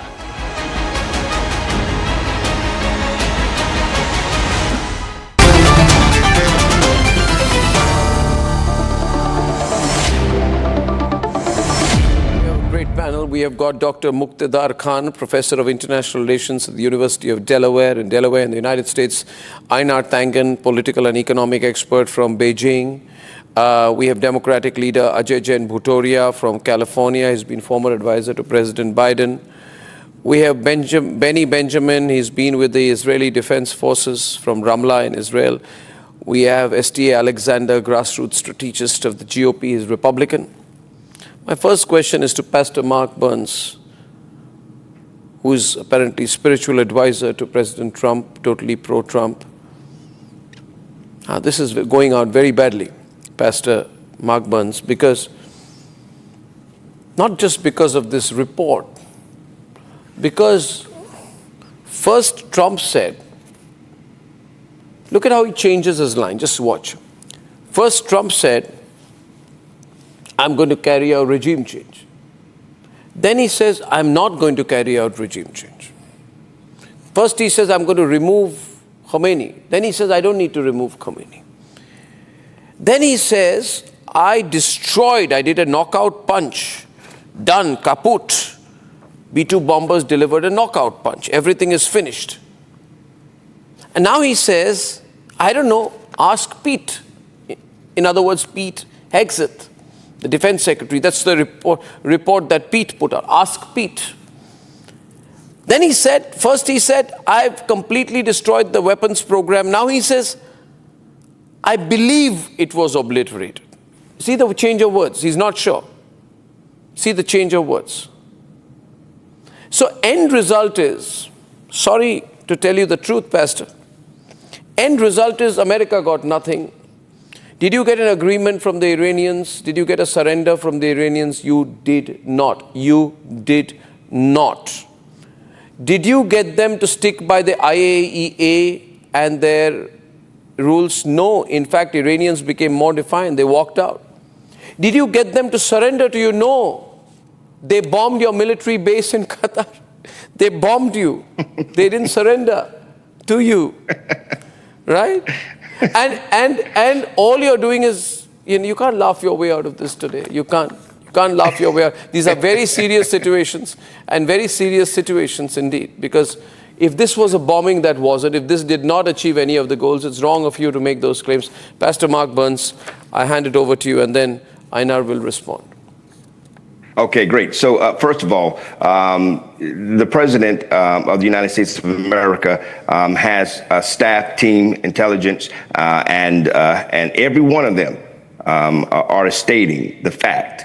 30,000 bombs, 30,000 bunker cluster bombs that are massively have shown via satellite, right? Anything that's under that mountain has been obliterated, has been destroyed. The satellite pictures in which, as I said before, we control the sky. So the satellites are showing clearly that everything that was in that Fordo bunker has been destroyed. 30,000 pounds, 30,000 tons, of massive bombs hitting one particular target. And I could say what Secretary Rubio said. This is the fact. Whether you want to try to determine how much has been destroyed, even though the Iranian foreign minister spokesperson themselves said that our own nuclear sites has been severely, severely damaged. This comes from Iranian governments. It's funny that you're not even reporting that. But the reality of it is from their own mouths, they are stating from their own spokesperson that their sites has been severely damaged. Now, you don't know President Trump like I do. You apparently have never read The Art of the Deal, the book that he read. The president is a deal maker. The president wants to get deals done. He stated he will remove. I thought you wanted to destroy the Iranians, and now you say you want to make a deal with them. Interesting. Well, no, we want to keep Americans and the region safe. Listen, Iran, fact, has been the sponsor of terror in that region. You cannot deny that. If you can, then, sir, I don't know what rock you've been under. But you did not obliterate the Iranian nuclear bases. Most people, sir, let me finish my statement. Most people have identified Iran, who's back Hezbollah, who's back Hamas, who's back the terrorist attacks that are happening in Yemen with the Houthis. They have been sponsoring terror, attacking over thousands of Americans have been killed. You're preaching to the converted. I'm also anti-Iran, but the point is not that. I am also anti-Iran, but I am saying that you made a claim, your president made a claim which turned out to be false. The satellites made a claim. The satellites made a claim. The satellite images made a claim. The satellite, you heard them a bit, but you didn't destroy them. Made a claim. Now listen, I can say this: the Iranian program that was that existed last week is not the same one that exists today. That's the fact that they cannot today, regardless of what they may try to claim. The satellite. Have you seen the satellite images? Have you seen the destruction? Have you seen the massive holes and the fires that existed? Tell me, have your viewers You're asking seen me it? a question, So then you you're don't answer speaking it yourself. You're speaking. If you're asking me a question, I'm fully capable of answering it. I have seen them, and I'm telling you the reality. You are not a satellite imagery expert. You are a spiritual person. President Trump, and I am. But listen, don't forget, I ran for Congress I'm very political. I'm not. No, you just may be a political, spiritual. but you're Matter of not a fact, defense expert. Most preachers of the Old Testament were also political and spiritual. I'm not here into. I'm not questioning your spiritual prowess. The reality of it is, the satellite images makes it very clear that those first of all, bunkers have Pastor, been. Pastor, if you you're not letting me finish my statement, and your microphone is louder than mine, and so that's how No, you your play the game. microphone This is why louder than I don't mine. want. But my voice can be louder than yours. Because if you're going to ask me a question, you're going to let me finish the statement without you cut me off. I will let you finish. Off, nor will I cut off any other guests. You may disagree, but you don't cut me off. Let me finish the statement. You asked me a question, so let me make a statement without you talking. All right. So the reality, we learned that in elementary school. I'm assuming you learned that too. Basic manners. And so listen, the satellite images have shown significant damage. Significant and complete obliteration are two different things. It has been completely obliterated. There's a massive hole in the side of the mountain, sir. You're taking the word of what? You haven't even seen the images. You haven't seen the images, but you saw what the New York Times reported. You know what CNN reported. Somebody said. Pentagon analysts have said that. Oh, you're talking about the CNN and the fake news, New York Times? Come on, get out of here. I'm talking about the Pentagon. You're calling Pentagon liars the whole entire time. And so the reality the Pentagon has been quoted. Pentagon has been quoted. You're now anti-Pentagon. You're anti-Tulsi Gabbard. Information that the president has received, this has been obliterated. Secretary of State Marco Rubio made it very clear. Secretary Pete Hegseth made it very clear. These are massive holes on the side of the mountain. Even the Iranian foreign minister spokesperson declared our Iranian nuclear sites have been severely destroyed. Do I have your permission to get our guests, because there are guests waiting from Delaware, from Beijing, from California, from Ramla in Israel, from Atlanta. I would be very rude. So I have a lot of manners, by the way. My point is, I'll say this to Einar before I go to Einar. You see, please don't mind it. Your leader has a habit of exaggeration. He said he'll end the war in Ukraine in 24 hours. Putin now says that he has gone. He said that Putin has gone crazy. He wanted Canada to be the 51st state. He wanted to take on Greenland. He wants to rename the Gulf of Mexico.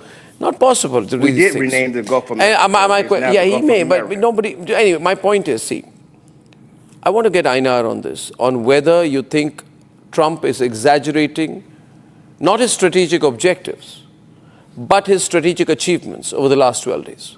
Einar. Absolutely. I'm still trying to figure out exactly why the pastor is speaking for the powerful. Generally, pastors speak for those who don't have power, because the powerful can speak for themselves. But in the case of Donald Trump, he has a habit of always claiming things, claiming victory, even during defeat. Here's a man who, for 18 years, at every stump speech, talked about how he needed to reform healthcare. And yet, when asked just before they elect this, and 4 of those years he was president, when asked just before this last election what his plan was, he said he had a framework of concepts. And this was not a hardball question. This was a softball question lobbed at him from right-wing media. He didn't have an answer.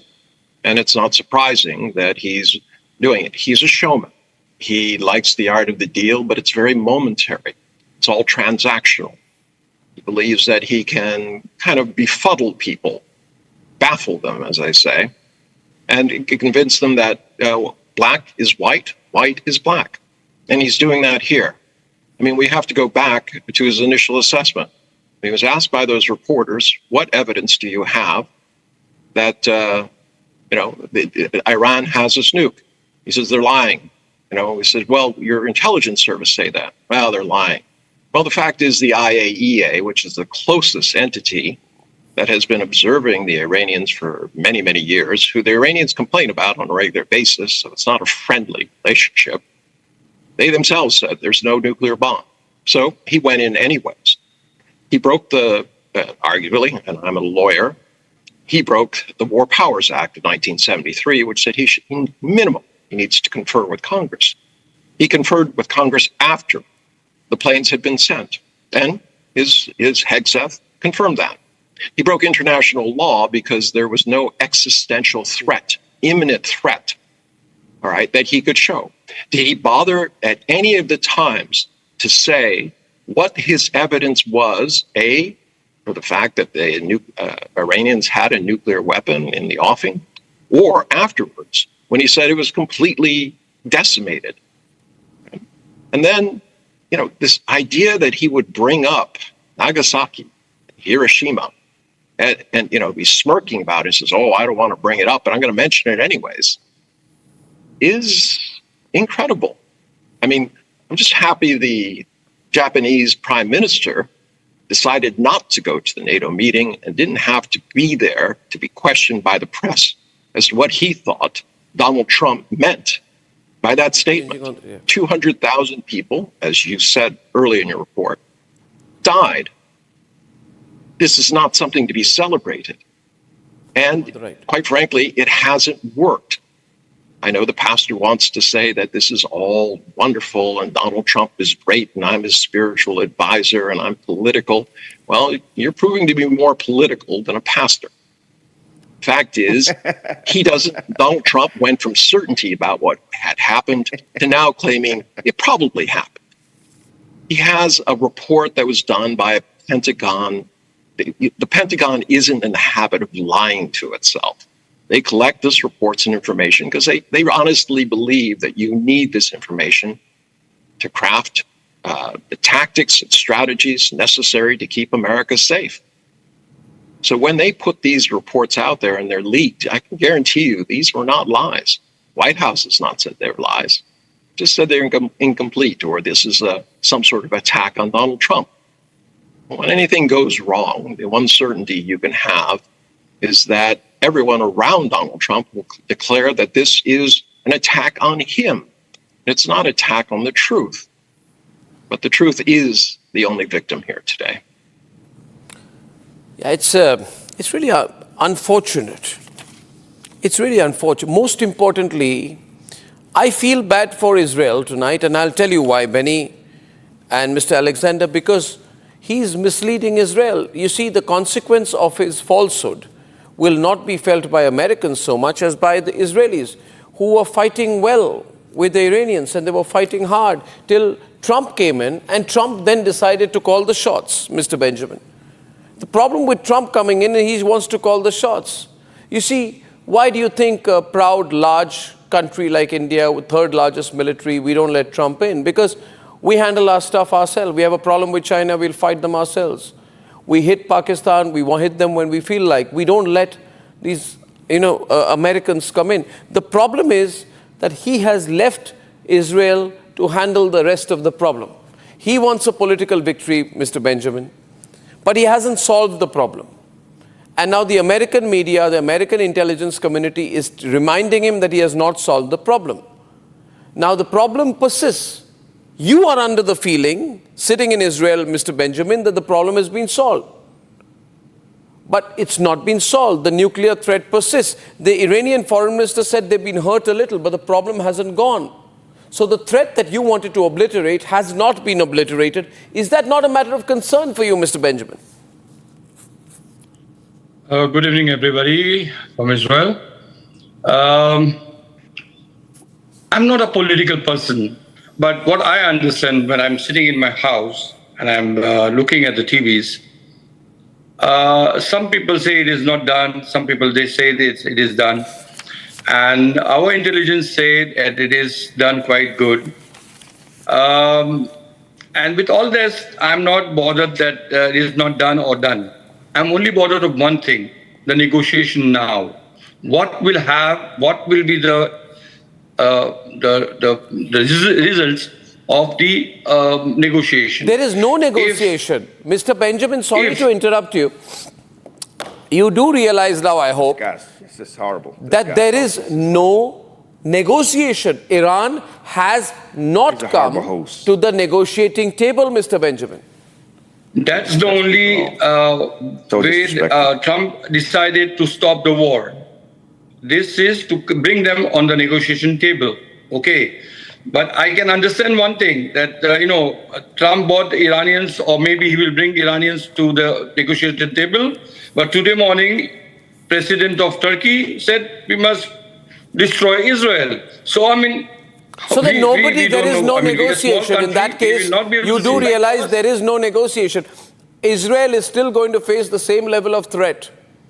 Trump seems to have used the situation for his domestic political advantage and turned it around in a way that suits him. But it doesn't help you. You're the one who's going to continue to face the threat. I was not negotiating with President Trump, and not even, I don't know what my Prime Minister has decided, if it is yes or no. I really don't know what is happening. We are only seeing the TV, and that's what I can tell you. That's the point. I know there are a lot of questions to our Prime Minister. Mr. Benjamin. And there are a lot of questions Mr. Benjamin, let leaders. me tell you, I don't know what to make of Trump, because and then there's somebody what Trump is saying, and Pastor, don't get worked up, because I'm showing you the truth, I'm showing you the light, and let me tell you, in that dark sky above, there is a spot of light, and that light is coming from me, and I'm showing you the light. Move towards the light. Don't mislead people. You're a pastor. You should never bring people towards falsehood. Remember the great preachers. Remember the people who spoke the truth. Remember Martin Luther King. Remember people who spoke truth to power. Remember the people. Do not become a voice of Trump. You can be a voice of God, but you can be a voice for God, but you can't be a voice for Trump. You disrespect anybody that disagrees with you, and that's not. No, I'm not disrespecting you, but I'm asking you something. You didn't let the Israeli finish his statement. You let the Democrat who insults President Trump and the Democrat who insults me, who doesn't know anything about a pastor, who knows nothing about. No. Einar Tangen doesn't know you personally. That's not my problem. Everyone else. My role is, but you let that. What is your problem with Einar? Einar responded to your long speech. Cut him off.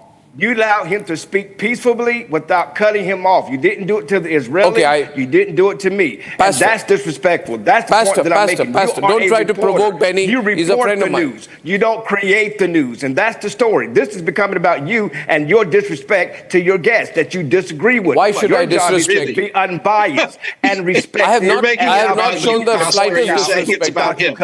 You are exactly like Donald Trump. You have been muttering and going on. You were even muttering during the Israelis' chat. Oh, we get and now you have the temerity. Is it possible for you? You ask for some civility. You ask for some civility when you're talking, but you're unable to do it yourself. And the fact of the matter is, I was not given the same respect.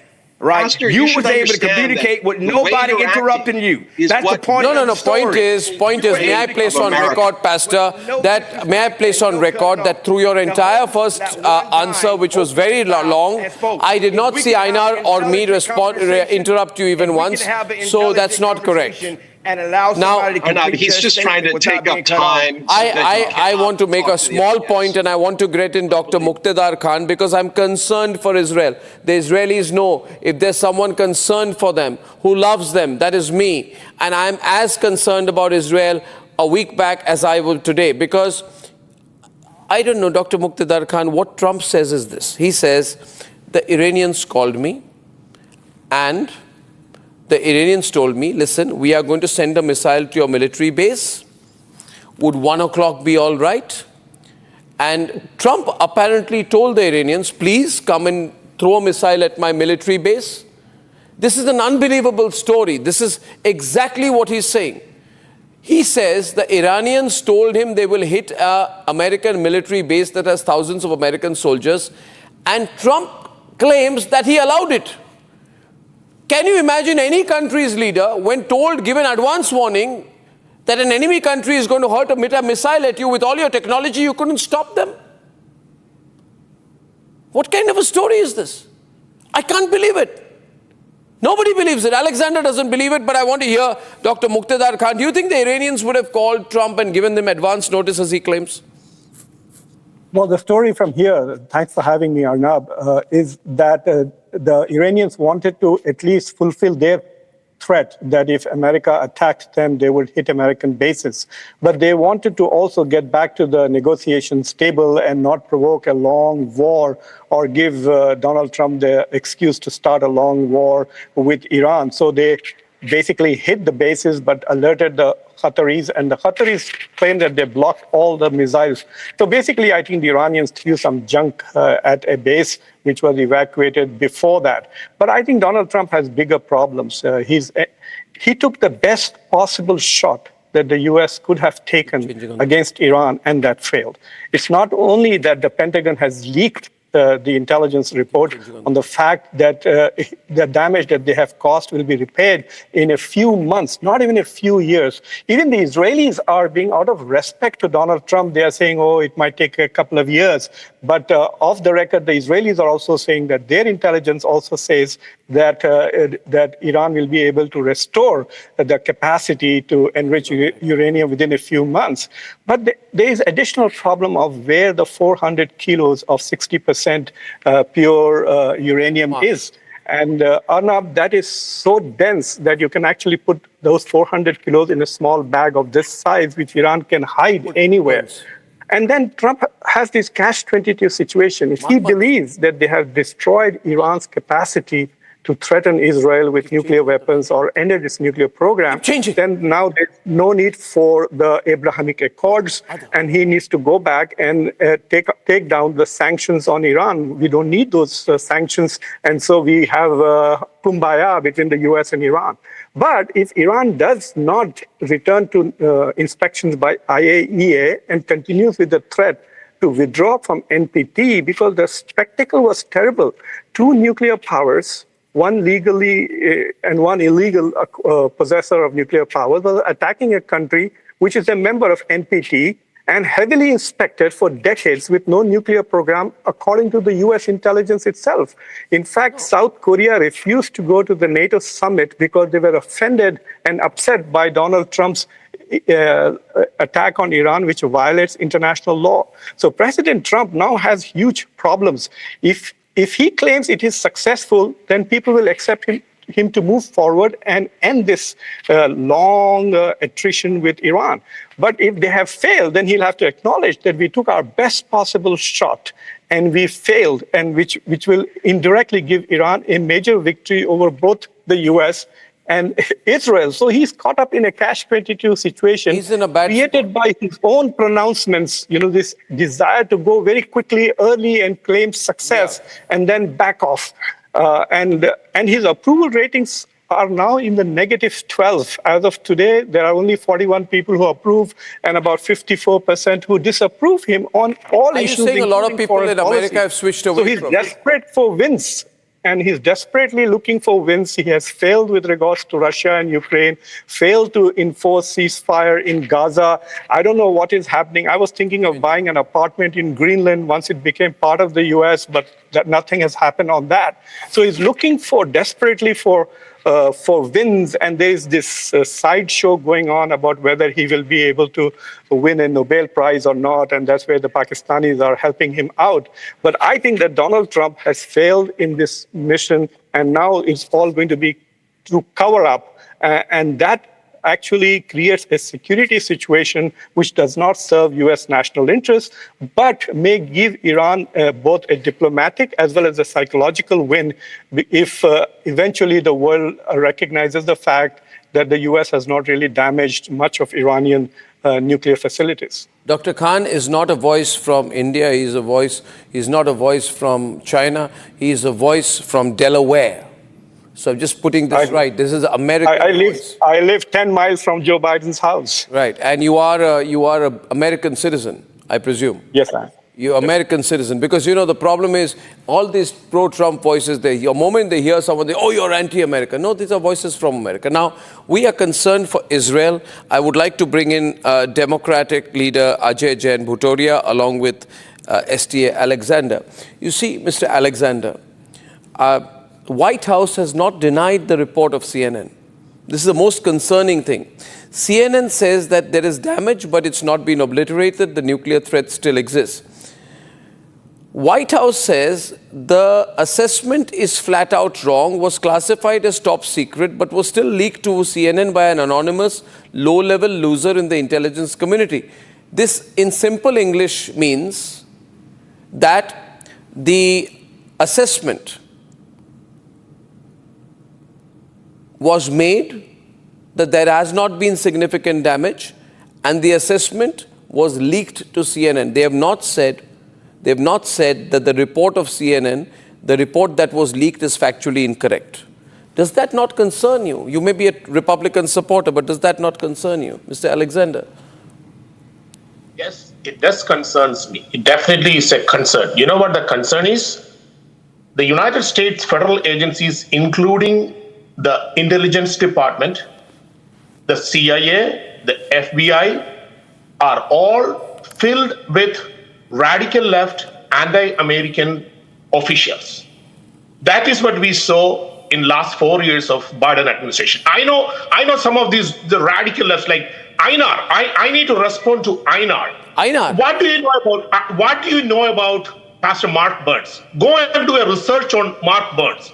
Mark Burns is a board member in the faith department of President Trump's administration. So don't say a pastor cannot be political. Yes, a pastor can be political. Politics is not just for some of the radical lefts, and politics is not just for Democrats and the Democrat pastors, okay? We know there are pastors who are radical left, who are Democrats, and there is no problem with that. But this debate is not about Pastor Mark Burns. Nobody's been disrespectful to Pastor Mark Burns. I need to address that. They are disagreeing with Pastor Mark Burns does not mean disrespect. If one of your guests is going to attack Mark Burns, I will defend Mark Burns because he is a voice for Trump administration and he is a voice for the conservatives of the United States of America. And I will. That is an internal issue between you and Pastor Mark Burns. That's not my issue.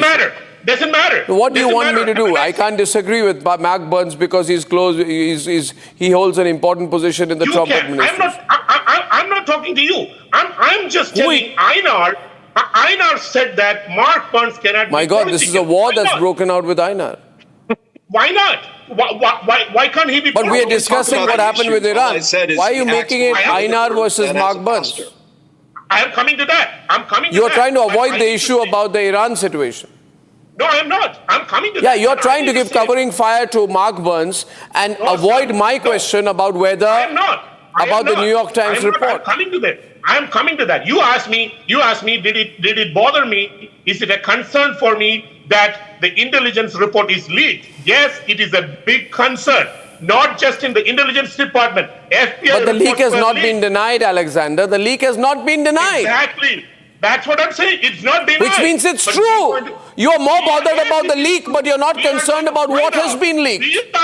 We are going to find out who that sore loser who is not That's a threat, but America trying to obliterating the nuclear program of Iran. Let me tell you this. If Iran try to develop more, we are going to hit them back again. There is no doubt about it. If President Trump is in the White House, if he is in the Oval Office, I dare Iran to try. Who stopped you from obliterating the threat this time? Why put it for later? No, listen. That's why Democrats in the United States are so unhappy. They are so sad that there was no casualties. They wanted casualties on the U.S. side. They wanted the military people to die. That's what the left wanted. I'll get Ajay to respond to you. I'm sorry, but this is, I am not that interested in domestic American politics. I mean, you have your politics, we have our politics. We need to talk that too. There is no international we are only saying, what Trump is saying, you're being disrespectful to the B-2 bomber pilots. No, nobody is being. The fact is the B-2 bombers hit the targets. Nobody is saying it. It is undisputed. However, the American military must come out. Let me finish. Alexander, you guys are becoming so aggressive. I'm a calm guy. I'm just saying. You are, but you get aggressive too sometimes. We say there is nothing between us. Okay, when we are calm, there is no enmity between us. But there's no enmity. You tell me don't get work, but I do. When I hear lies from the other side, when I hear lies from the left, when I hear But Einar is not left. Yes. Einar is sitting somewhere in Beijing. Yeah, maybe he's left that. The way he talked, listen, when I talk, how do you know that I am a hardcore Trump supporter? Because the way I talk. When I listen to Einar, I know he's a radical left person. I know he's a radical left Democrat.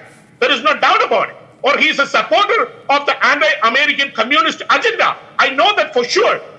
I don't have to talk to him. I don't need to do a research. The moment he opened his mouth, I know he's an anti-American. Why am I the subject? Can't we talk about the issues? Yeah. That's what I'm saying. You have to let me talk. No, 1 minute. Can I with your initial analysis on Trump's... If Arnab lets me talk, I will... No, I'll let you talk, but I just want to bring in, because you said so much. See, I'll get in Ajay here. Let me get in Ajay from California. See, Ajay, the moot issue, the country... See, you Americans may want to know one thing. What does the world want to know? What does Israel wants to know? Israel wants to know, is the nuclear threat still there? Israel wants to know, is the nuclear threat still there? And Pentagon must tell us officially. Pentagon is answerable to the world. Is the threat there or not there? Ajay, you've been quiet. Absolutely. Arnab, I agree with your initial analysis that in March 2025, Tulsi Gabbard testified that there's no nuclear threat right now from Iran. Iran is not progressing on that. But yet this fascist Trump jumped the gun, igniting chaos in the Israel-Iran war. He trashed Iran nuclear deal in 2018 without any future plans. His erratic threats and hollow talks failed to stop both Israel and Iran from retaliation with missiles in June 2025. Trump's military obsession tanked diplomacy. And yesterday, he disgustingly compared his failed B-2 bombings to Hiroshima and Nagasaki, despite Gabbard's intelligence showing that partial damage and Iran claiming they moved their uranium. He could not control Israel. He ignored Saudi Arabia and UAE mediation and alienated Europe, completely isolating US on this whole incident and many other which he has been part of. His party is divided, and his strong supporter like Tucker Carlson has been against him on this whole Iran-Israel war and how he has handled it. And with Congress completely resisting, while China and Russia are backing Iran and mocking Trump's strategy. His fascist rhetoric and intelligence contradiction and diplomatic flops have dangerously inflamed this crisis. And the Pentagon definitely needs to clearly answer the Americans as well as to the world that how the B-2 bombing has impacted the Iran's nuclear program and what is the program, where is it headed. And there's no clear answer right now because they don't speak truth. They try to hide, and he's just trying to find short-term wins in order to his failed economic policies. I want to ask, I want to ask Pastor Mark Burns. Pastor Mark Burns, you say you are political as much as you're spiritual. Fantastic. In that case, let me ask you on facts. You see, the Fordo facility is buried some 250 to 300 feet under a mountain, which means that to destroy the Fordo facility, to destroy it, not hurt it, military experts believe it would take multiple waves of airstrikes within days or multiple weeks where you keep hitting the same spot.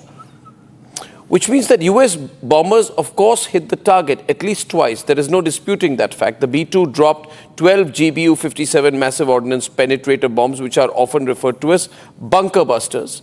And as per satellite imagery, right, 6 above-ground craters are visible as examined by the experts. But now you ask them, is there obliteration? Nobody says one day of strikes will end the job. So why did you stop? Why didn't you complete the job? Is the question the world wants to know. Please, Pastor, if you can respond to that. Sure. And thank you for allowing me to speak. So let me just say this, but regarding the leak, I'm just getting messages from the White House as we speak. And they're telling me that concerning this leak, the White House will be responding at 2 p.m. today. Caroline Lovett will be addressing this matter. And so that's something, and I agree with my Republican colleague. It's weak, low-level, low-life Democrat holdovers. Having said that, every report that we are receiving, even the Israeli Atomic Energy Commission themselves, came out with a statement recently and stated that there's been massive, significant damage. They themselves used the word obliteration. And they said that this attack has been extremely successful and has has achieved the goal that we set out to be, which was to destroy Iran's ability to make nuclear weapons. Now, the Iranians has already come out and said that they're not going to stop. But I think that this is bringing them to the table. A matter of fact, Secretary of State Marco Rubio stated that Iran's willingness to come to the table, and that they would not be willing to come back to the table had not the damage been done that President Trump has happened, and the intelligence community around President Trump has stated. So we're going have they come to the table? Can you give me any concrete evidence of the fact that they have come to the table apart from your claim? Well, I can only repeat what the Secretary of State is stating. The Secretary of State himself stated, and they are in direct communication. But they moved away from the IAEA. They walked out of the IAEA. Ajay wants to counter you. I'll allow a counter. 1 minute. Ajay wants to counter you. So Arnab, Iran was on the table. There was an agreement done by President Obama with JCPO and bringing all the allies, including Russia and other. And that program had slowed down Iran's nuclear program, and it has economic sanction, cutting down the economy from 120 billion to 50 billion, and the percentage of uranium. One minute. We are on a point here tonight. I go across because I have limited time to Dr. Khan. Dr. Khan, has Iran come to the table or showing any signs of coming to the table? During the attacks, Steve Witkoff spoke 4 times with Abbas Araghchi, the Iranian ambassador, 4 times using WhatsApp. So they have been in touch. I think the fact that the United States has bombed only once, and the fact that the U.S. bases all around Iran are less protected than Israel itself, and the fact that Iran's missiles are able to penetrate even the Iron Dome makes U.S. military very vulnerable to Iran's but the other thing is that if America does half the job... That is why he's stopping this whole. That's why only but you one see, round I'm asking what is Israel's situation in this, Dr. Benjamin? How do we assess that? They are going to come back because they need to get IAEA to go in and verify whether there is any damage. Mr. Alexander. I said without further deep investigation, how do we assess the amount or the measure of the damage? That's why they said more details needs to come out. Based on the briefing from the Defense Department, the same day the bombing was happened or the strike was happened, President Trump, Marco Rubio, Vice President Vance, and Pete Hegseth, they came together and they made the statement to the nation. But we have no evidence, we have only claims. Well, it is for one side to give the evidence. You don't expect Iran to give the evidence. I think it is America which must provide the evidence. And if not, provide the evidence for the people of Israel, who's really suffered in this. The affected party are the people of Israel. And I almost must say, Mr. Benjamin, I know that Netanyahu and Trump get along very well, but it's very disrespectful of the way he's been talking. The language he used, a 4-letter word used to talk down to the Israelis yesterday. You saw that, I'm sure. Do Israelis appreciate that? Israelis are a proud people. No, you can't say, I don't know what the dash they are doing. That's not the way you talk to the... say that to the Israelis. I'll ask Benjamin. Nobody likes it, sir. Actually, I can understand. You speak like that to any other... You dare speak like that to the Indians, we'll give it back. I don't agree. I don't agree cuss words. But how does he talk like that? He did not say that to Israel. First of all, we must respect the president, and we must respect the prime minister and everybody. That's the first thing. Second thing is when he talks to the media, he is always in such a hurry that sometimes he makes some kind of mistakes, and that's what he made, I think, yesterday. He spoke very badly to the president, to the prime minister. I am really feeling insulted. Yes. But with all this, we can't open our mouths because we are still getting from America a lot of support, and American people are with us. And I can tell you one thing only. We are waiting for the table to come, and they will sit on the table. And of course, we will not be there for the negotiation. And I'm sorry that we are not there, because we have some points that we will not agree to it. And even if there is a problem that we must go and fight once again. Yeah, we are Independence Day, and we are not able to only protect ourselves and nobody else. Yeah. Einar, you have something to say to Pastor Mark Burns at the end? You both have not got along very well on this debate. No, I don't question it. I wasn't questioning his abilities as a pastor. He's quite a talker.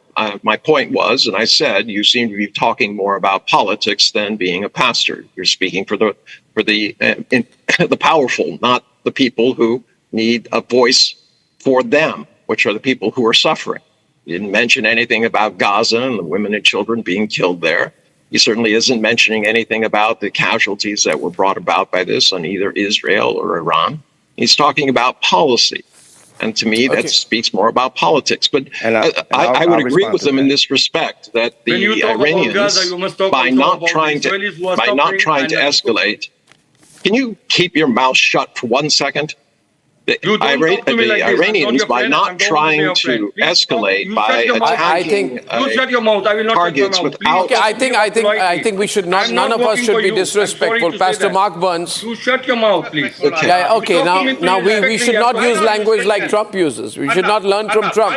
I'm sorry. I'm trying to talk. I would not. I insist that you should have the right to talk, but you don't want anyone else to. Is that I agree with you. I agree with you. That is not the way to speak. What about the pregnant women killed in Israel? Talk about that. Why you are just worried about Gaza? That's true. You know everything already. You know all about me. That's absolutely true. I think Israel has suffered many casualties. Make me the issue instead of actually talking. I think we started with I think also, Pastor Mark Burns, you should speak about Trump praising the vaporizing of human beings in Hiroshima and Nagasaki. You say you're a pastor? You'd go with that? You're happy about it? So let me say this. Yes. In regards to the gentleman that was stating, listen, I don't know his spiritual walk, whether he has one or not. So I'm not here to question it. I don't even know him. I can't even see him. And so I want to respect him. But I can simply say this. If you read the Bible, you will discover that God have used prophets of old all the time to speak to the heads of nations. And that's where the prophet Samuel come from, who even chose the first king and second king of Israel. We know throughout the Bible, God have using men of God to speak to the heads of the station. So now, having said that, there's always been a connection between spirituality and politics. Acknowledge that, but I think because I'm let me get to the response regarding to the obliteration of Nagasaki. The president was not praising the death of people. And remember why the bomb was dropped. The bomb was dropped because Japan, a fierce nation, a strong nation. I think the Japanese would be very angry by using that example. The Japanese. I have to close. Pastor, with a lot of respect, only for want of time, I've enjoyed this conversation. I've enjoyed this only for want of time, not because I want to shut you down at all. Thank you all for coming tonight. This is an ongoing developing story. We'll track it tomorrow as well. Let's see what Trump says in a bit. Thank you. Good night and goodbye. For a quick breather, Arnab will be right back with the debate. Two technologies. Endless possibilities. Grand Vitara Strong Hybrid. All grip select driven by tech. In the global employability rankings by Times Higher Education UK, only the following 6 institutions from India are ranked amongst the top 230 in the world for having the most employable graduates. IIT Delhi, IISc Bangalore, IIT Bombay, IIM Ahmedabad, IIT Kharagpur and Amity University. पैसा लगाना है तो century club prime पे लगाओ, डूबेगा नहीं, जलेगा भी नहीं, कोई खा नहीं जाएगा, धोखा नहीं देगा, ऊपर नीचे भी नहीं होगा, सेफ रहेगा, सिक्योर्ड मिनिमम 30 साल का रिटर्न देगा। अब इससे बेटर इन्वेस्टमेंट है तो बताओ। सेंचुरी क्लब प्राइम, रहो बेफिक्र। अब छोलिया हो या लोबिया, सफेद चने या काले चने, सब कुछ मजेदार बने। विमल में गुलिस्तां के ये कुछ लजीज फरिश्ते जब साथ घुलें तो जी लग जाए और दिल कहे कि स्वाद की जुबान में खुद को ऐसे डुबाऊं कि निकल ना पाऊं। विमल की जुबान कुछ है ही ऐसी, मानते हैं? विमल, बोलो जुबान कैसी? T-10, 9, 8, 7, 6, 5, 4, 3, 2.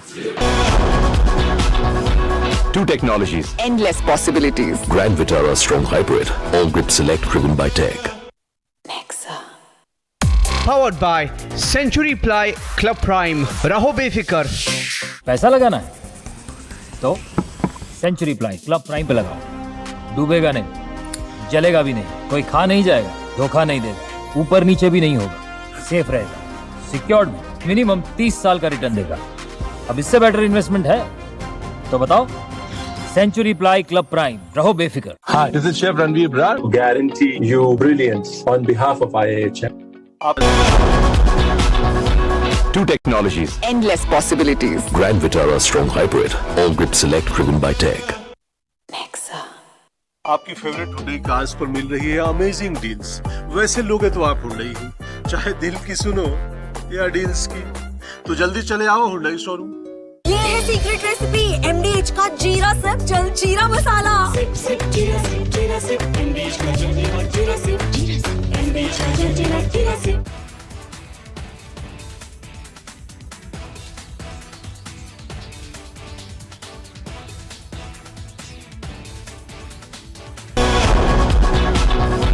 Two technologies. Endless possibilities. Grand Vitara Strong Hybrid. All grip select driven by tech.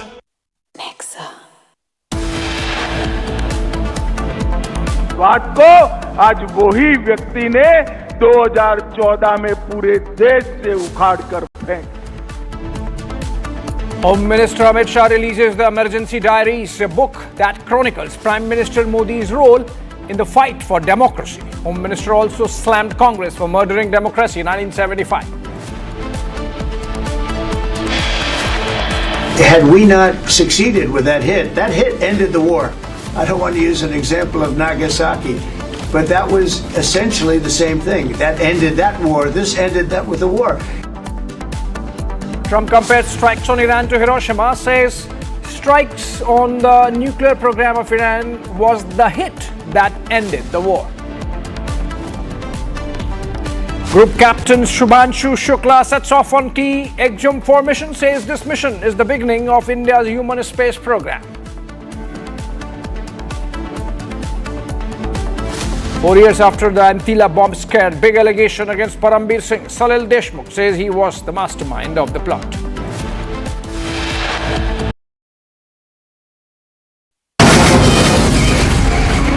From the Republic Media Network headquarters, it's time for Arnab Goswami on The Debate.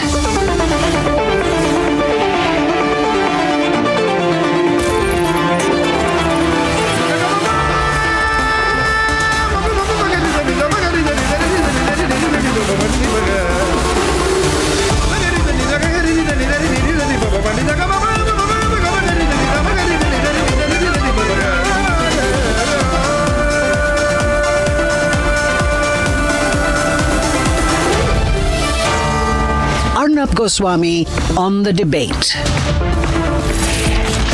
On the show tonight, the notorious Parambir Singh, the tainted Parambir Singh, the controversial Parambir Singh, back in the news with allegations that Parambir Singh was the mastermind of the Antilia bomb case, where bombs were planted outside Mukesh Ambani's house. We're talking about the notorious Parambir Singh once again. Second debate this evening, glaring and unpardonable lapses have come to attention after the DGCA surprise checks at airports, which means the airlines are taking it too easy and need to be pulled up even more. At 8:45 this evening, we are beaming with pride at the feet of Group Captain Shubhanshu Shukla as he's jetting off to the ISS on board the Falcon 9 as we speak. this evening. What an embarrassment for the embarrassing Donald Trump. His intel agencies have burst his bubble on massive strikes in Iran. It appears it was the bombing that wasn't. It was a complete flop show.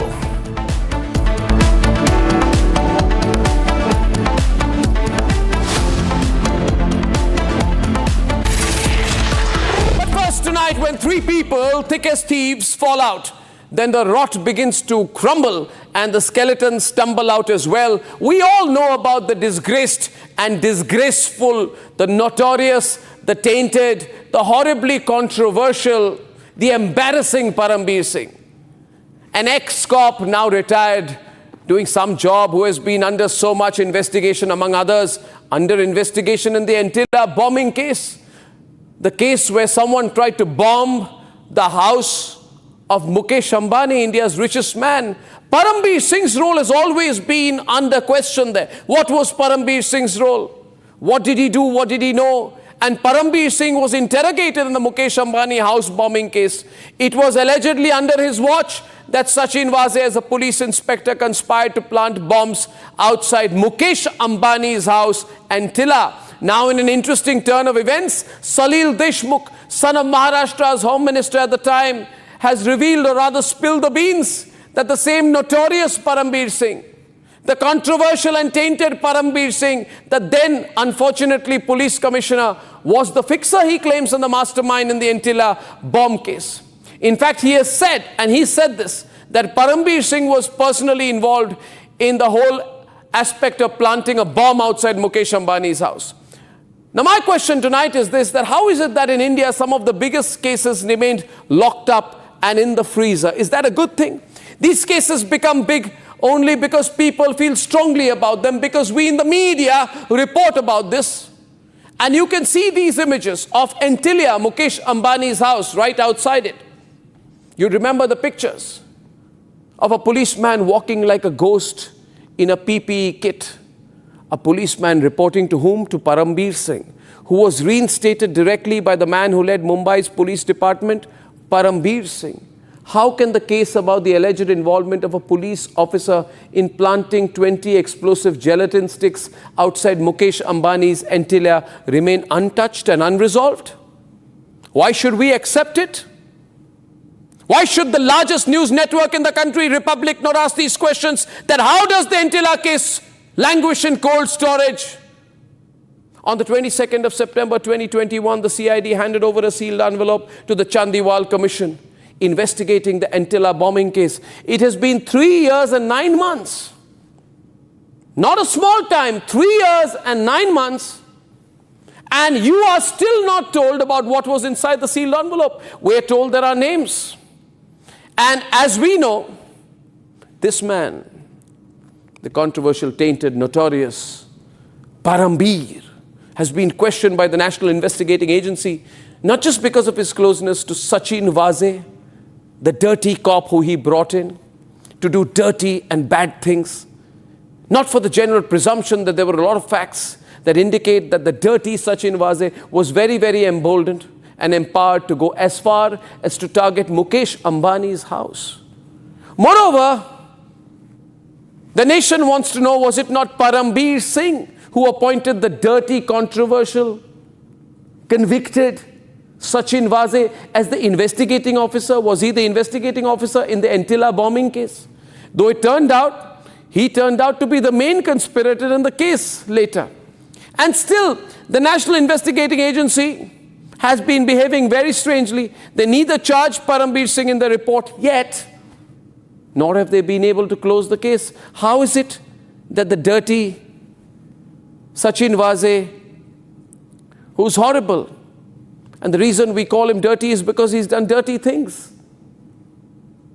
Terrible allegations against him, corruption, murder, everything. That man is in judicial custody for this exact same case in which Parambir Singh is not even named as an accused, not been let off either. Now, we don't know whether the involvement of the police in this case was in Sachin Vaze and Parambir's personal capacity, or was it institutional. Did Sachin Vaze act in his individual capacity or in institutional capacity? If he acted in an institutional capacity, then what is the role of Parambir Singh? These are legit questions, and these are things that are very, very, very, very, very, very suspicious. Someone speaks once every few months, but you are told you have no right to know. Now, viewers, let me share something with you. The car in which the bombs were placed outside Mukesh Ambani's house is the same car. And this is something perhaps Mukesh Ambani knows, perhaps he doesn't know. He should know. In any case, this car placed outside Mukesh Ambani's house is the same car, by the way, in which Parambir's main man, the dirty Sachin Vaze, came with the police to arrest me on the 5th of November 2020. I'm not making this up. This is the same green Scorpio. Fate has a strange way of bringing the evidence out. I'm showing you the evidence, viewers. See this, the same green Scorpio outside my apartment in Mumbai and the same green Scorpio full of bombs outside Mukesh Ambani's house. Mukesh Ambani must know. The police must know. The central government must know. The BJP must know. Because I believe that evil men in uniform got so emboldened arresting me in a false case that they tried the same trick to bomb the home of Asia's richest man. Worst thing is they don't want to give closure to this case. Some people have put it in cold storage with loose threads hanging around. It is your responsibility to connect the dots. I also believe that even today there is an attempt, a desperate attempt. A desperate attempt, I don't know why, to hide the 100% truth in the Antilia bombing case. I don't know why. But like everything, I make a promise tonight that this case also the truth will tumble out. If not tumble, then it will slide out, but it will come out any which way. Let's debate. 25th February 2021. A case that targeted India's richest man, Mukesh Ambani, and his family. The car bomb case, where a Scorpio full of RDX was placed outside his Antilia residence in South Mumbai. So far, the main focus of the NIA investigation on the Antilia bomb case had been on another disgraced cop and alleged killer Sachin Vaze. But now the focus is closing in on Parambir Singh. Visuals back then showed the killer cop Sachin Vaze picking up a man called Mansukh Hiren outside the Mumbai Commissionerate when Parambir was the police commissioner. Back then, visuals had also showed how Vaze was seen driving Mansukh Hiren to the police headquarters. But the next day in Thane Creek, not far from the Mumbai city, Mansukh Hiren's body was found.